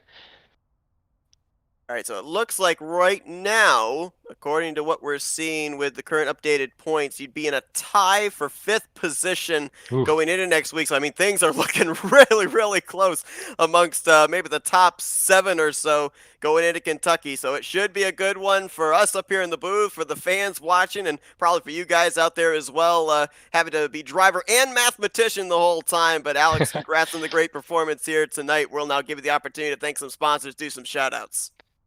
Yeah, I'd like to thank my family watching. They're always awesome. My friends watching. Jay, I know you're watching. I know you hear me. Thanks, buddy. I'd like to thank Jeffy Vickery, Aaron Brown, my teammates for today. Brock Salvati couldn't be here, of course. Jeremy Richmond for giving me this awesome opportunity to race in the league. Man, Serenity Sun Tanning, Max Graphics, list goes on. JR's Mobile Detailing. I love you all. Thank you so much. And thank you guys for the broadcast. That's Alexander Kerfan, your runner-up here tonight, with a shot of getting in the Final Four next week at Kentucky. Congrats on the great performance, Alex. Best of luck next week. We'll see if you can make that 99 into the Final Four for back-to-back seasons. Thank you. All right, let's go down to victory lane. 4th time this season, Aaron Brown takes a checkered flag here. Tonight, it's at Iowa. Aaron, Scott, and Seth up here in the FRM booth. You got us?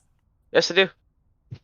And, I mean, like that 95 was pretty fast here tonight. It was the 18 on our screen, but Kyle Busch is fast everywhere he goes as well. Man, I mean, how important was it to take this checkered flag here this evening? You were one of the guys that had multiple victories coming into the playoffs, hadn't found victory lane yet, and were outside of the Final Four.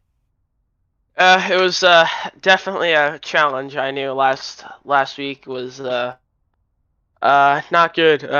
I mean, it was going really good, and then just kind of late racetrack got stuck in that inside wall there. I mean, not physics didn't go well. iRacing physics didn't go well for me, but I was able to recover. I'm really glad I was able to win. I haven't seen it since it was Glenn. So I was hoping I could win earlier, but I finally number 4 came in the most important time too.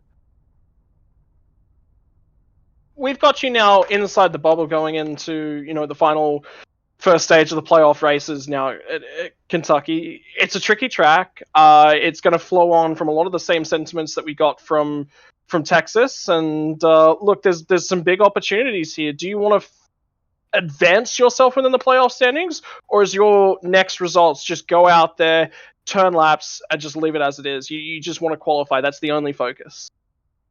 It's hopefully I can go out there and get a top 3, hopefully a win if possible. But also main focus next week. If I'm gonna try and solidify myself in that Final Four, and then after that I'm gonna be hard focused on Auto Club. So Auto Club is it's kind of like a mix between Daytona, Talladega, and then you got that mile and a half. So tires are definitely gonna be important there, but also it's gonna be you gotta know how to use it, and kind of got to use that super speedway. Side drafting is going to be really important there. It's kind of like Michigan. So side draft, I mean, I know I didn't race Michigan, but I know how it races. Side draft is definitely going to be good, but I'm just going to focus on trying to get in next week mainly. And if I can win, I'm going to go for it. You brought up Watkins Glen being the last time you went to victory lane, and I'm just out of curiosity. I mean, you were the only driver after the Glen that had multiple victories. You had 3. All the other former winners had 1. Next 3 weeks, Bronson Stafford goes to victory lane 2 times, ties you for most wins on the season with 3. Was there any part of you that was saying, no, I want to be that guy on the top of that statistic. I want to have the most wins on the season? Yeah, definitely. I didn't realize it at first, but definitely like, oh man, he tied me. Like, I know I had to get it, but like, no hard feelings for him. But like it didn't really matter. But I really did want to win, so I was glad I was able to do it. And, took that top spot back, so But yeah, it wasn't really my main focus. My main focus was trying to get a good race here tonight. I was 16 points out, and I goal was at least get 8 this week, 8 next week, and get in barely. But I was able to win and put myself in already. Certainly going to change the strategy up going into Kentucky. 16 points out coming into tonight, now 7 points to the good over the cut line heading into the Bluegrass State next week, and we'll see if you can solidify yourself that spot in the Final Four once the checkered flag waves at next week's mile-and-a-half racetrack. Aaron, congratulations on the victory here tonight. We're now going to turn the mic over to you for some victory lane thank you, sponsors, and shout-outs. Yeah, I gotta thank my teammates there in the race, Jeffrey Vickery, Alex Schrader, Kerr fan. Definitely we're counting down there, but messed it up a good bit. But we don't like to talk about that, but we finally got it on that last one though. Gotta thank the admins for hosting this so we can do what we love, and gotta thank you guys for the broadcast. Gotta thank the amazing viewers for watching and giving God, can't speak. It's hard to think with the cold. But gotta thank the viewers for watching out and tuning in tonight, and yeah. That's Aaron Brown. He's your winner here tonight at the Iowa Speedway. 4th win on the season, and maybe the win tonight solidifies him a spot in the championship hunt when we get to Auto Club. Congratulations on the victory, Aaron. Best of luck next week at Kentucky. All right, thank you. And indeed, the point standings are official. They are in. Up to right now, they're tied for the points lead. DJ Daniel, Cam Caldwell, 19 points over the cut line. Aaron Brown, tonight's winner, 3rd in the standings, 7 points to the good. Kyle Gartner is going to jump up to that 4th position. He will be the driver everyone's gunning for. By my calculations here, Scott, it looks like Tom Bourne, Alexander Kerfan, they are 21 points back, and Christopher Lawrence at 26 points back. They're really the only drivers that have a shot of maybe getting in, but right now it almost seems like they could be long shots. They are long shots.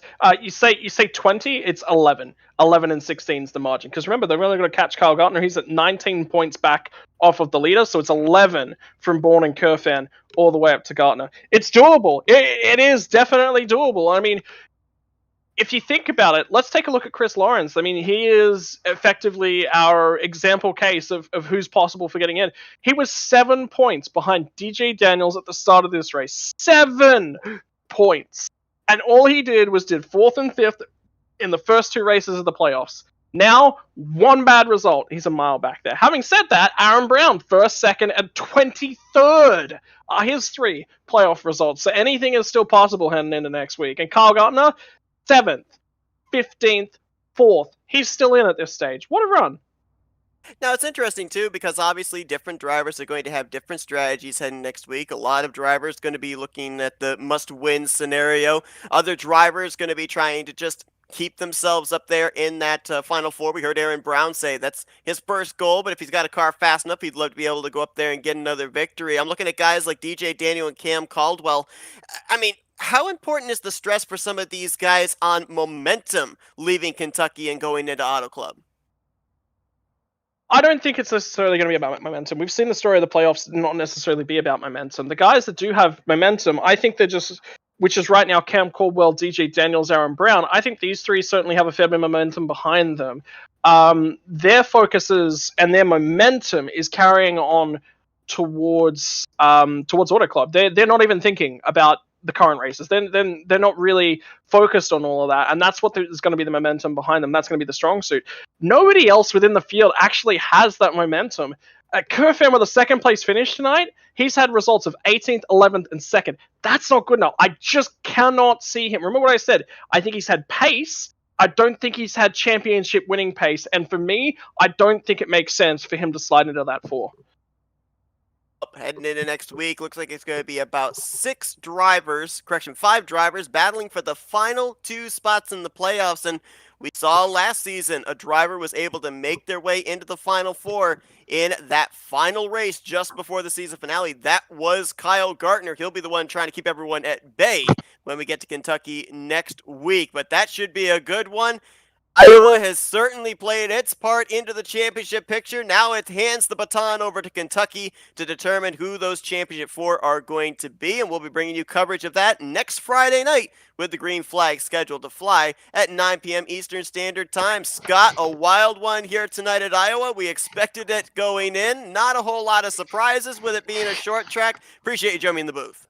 Yeah, no worries. It was an interesting night, up and down for a whole bunch of drivers. Everybody enjoyed our coverage here this evening.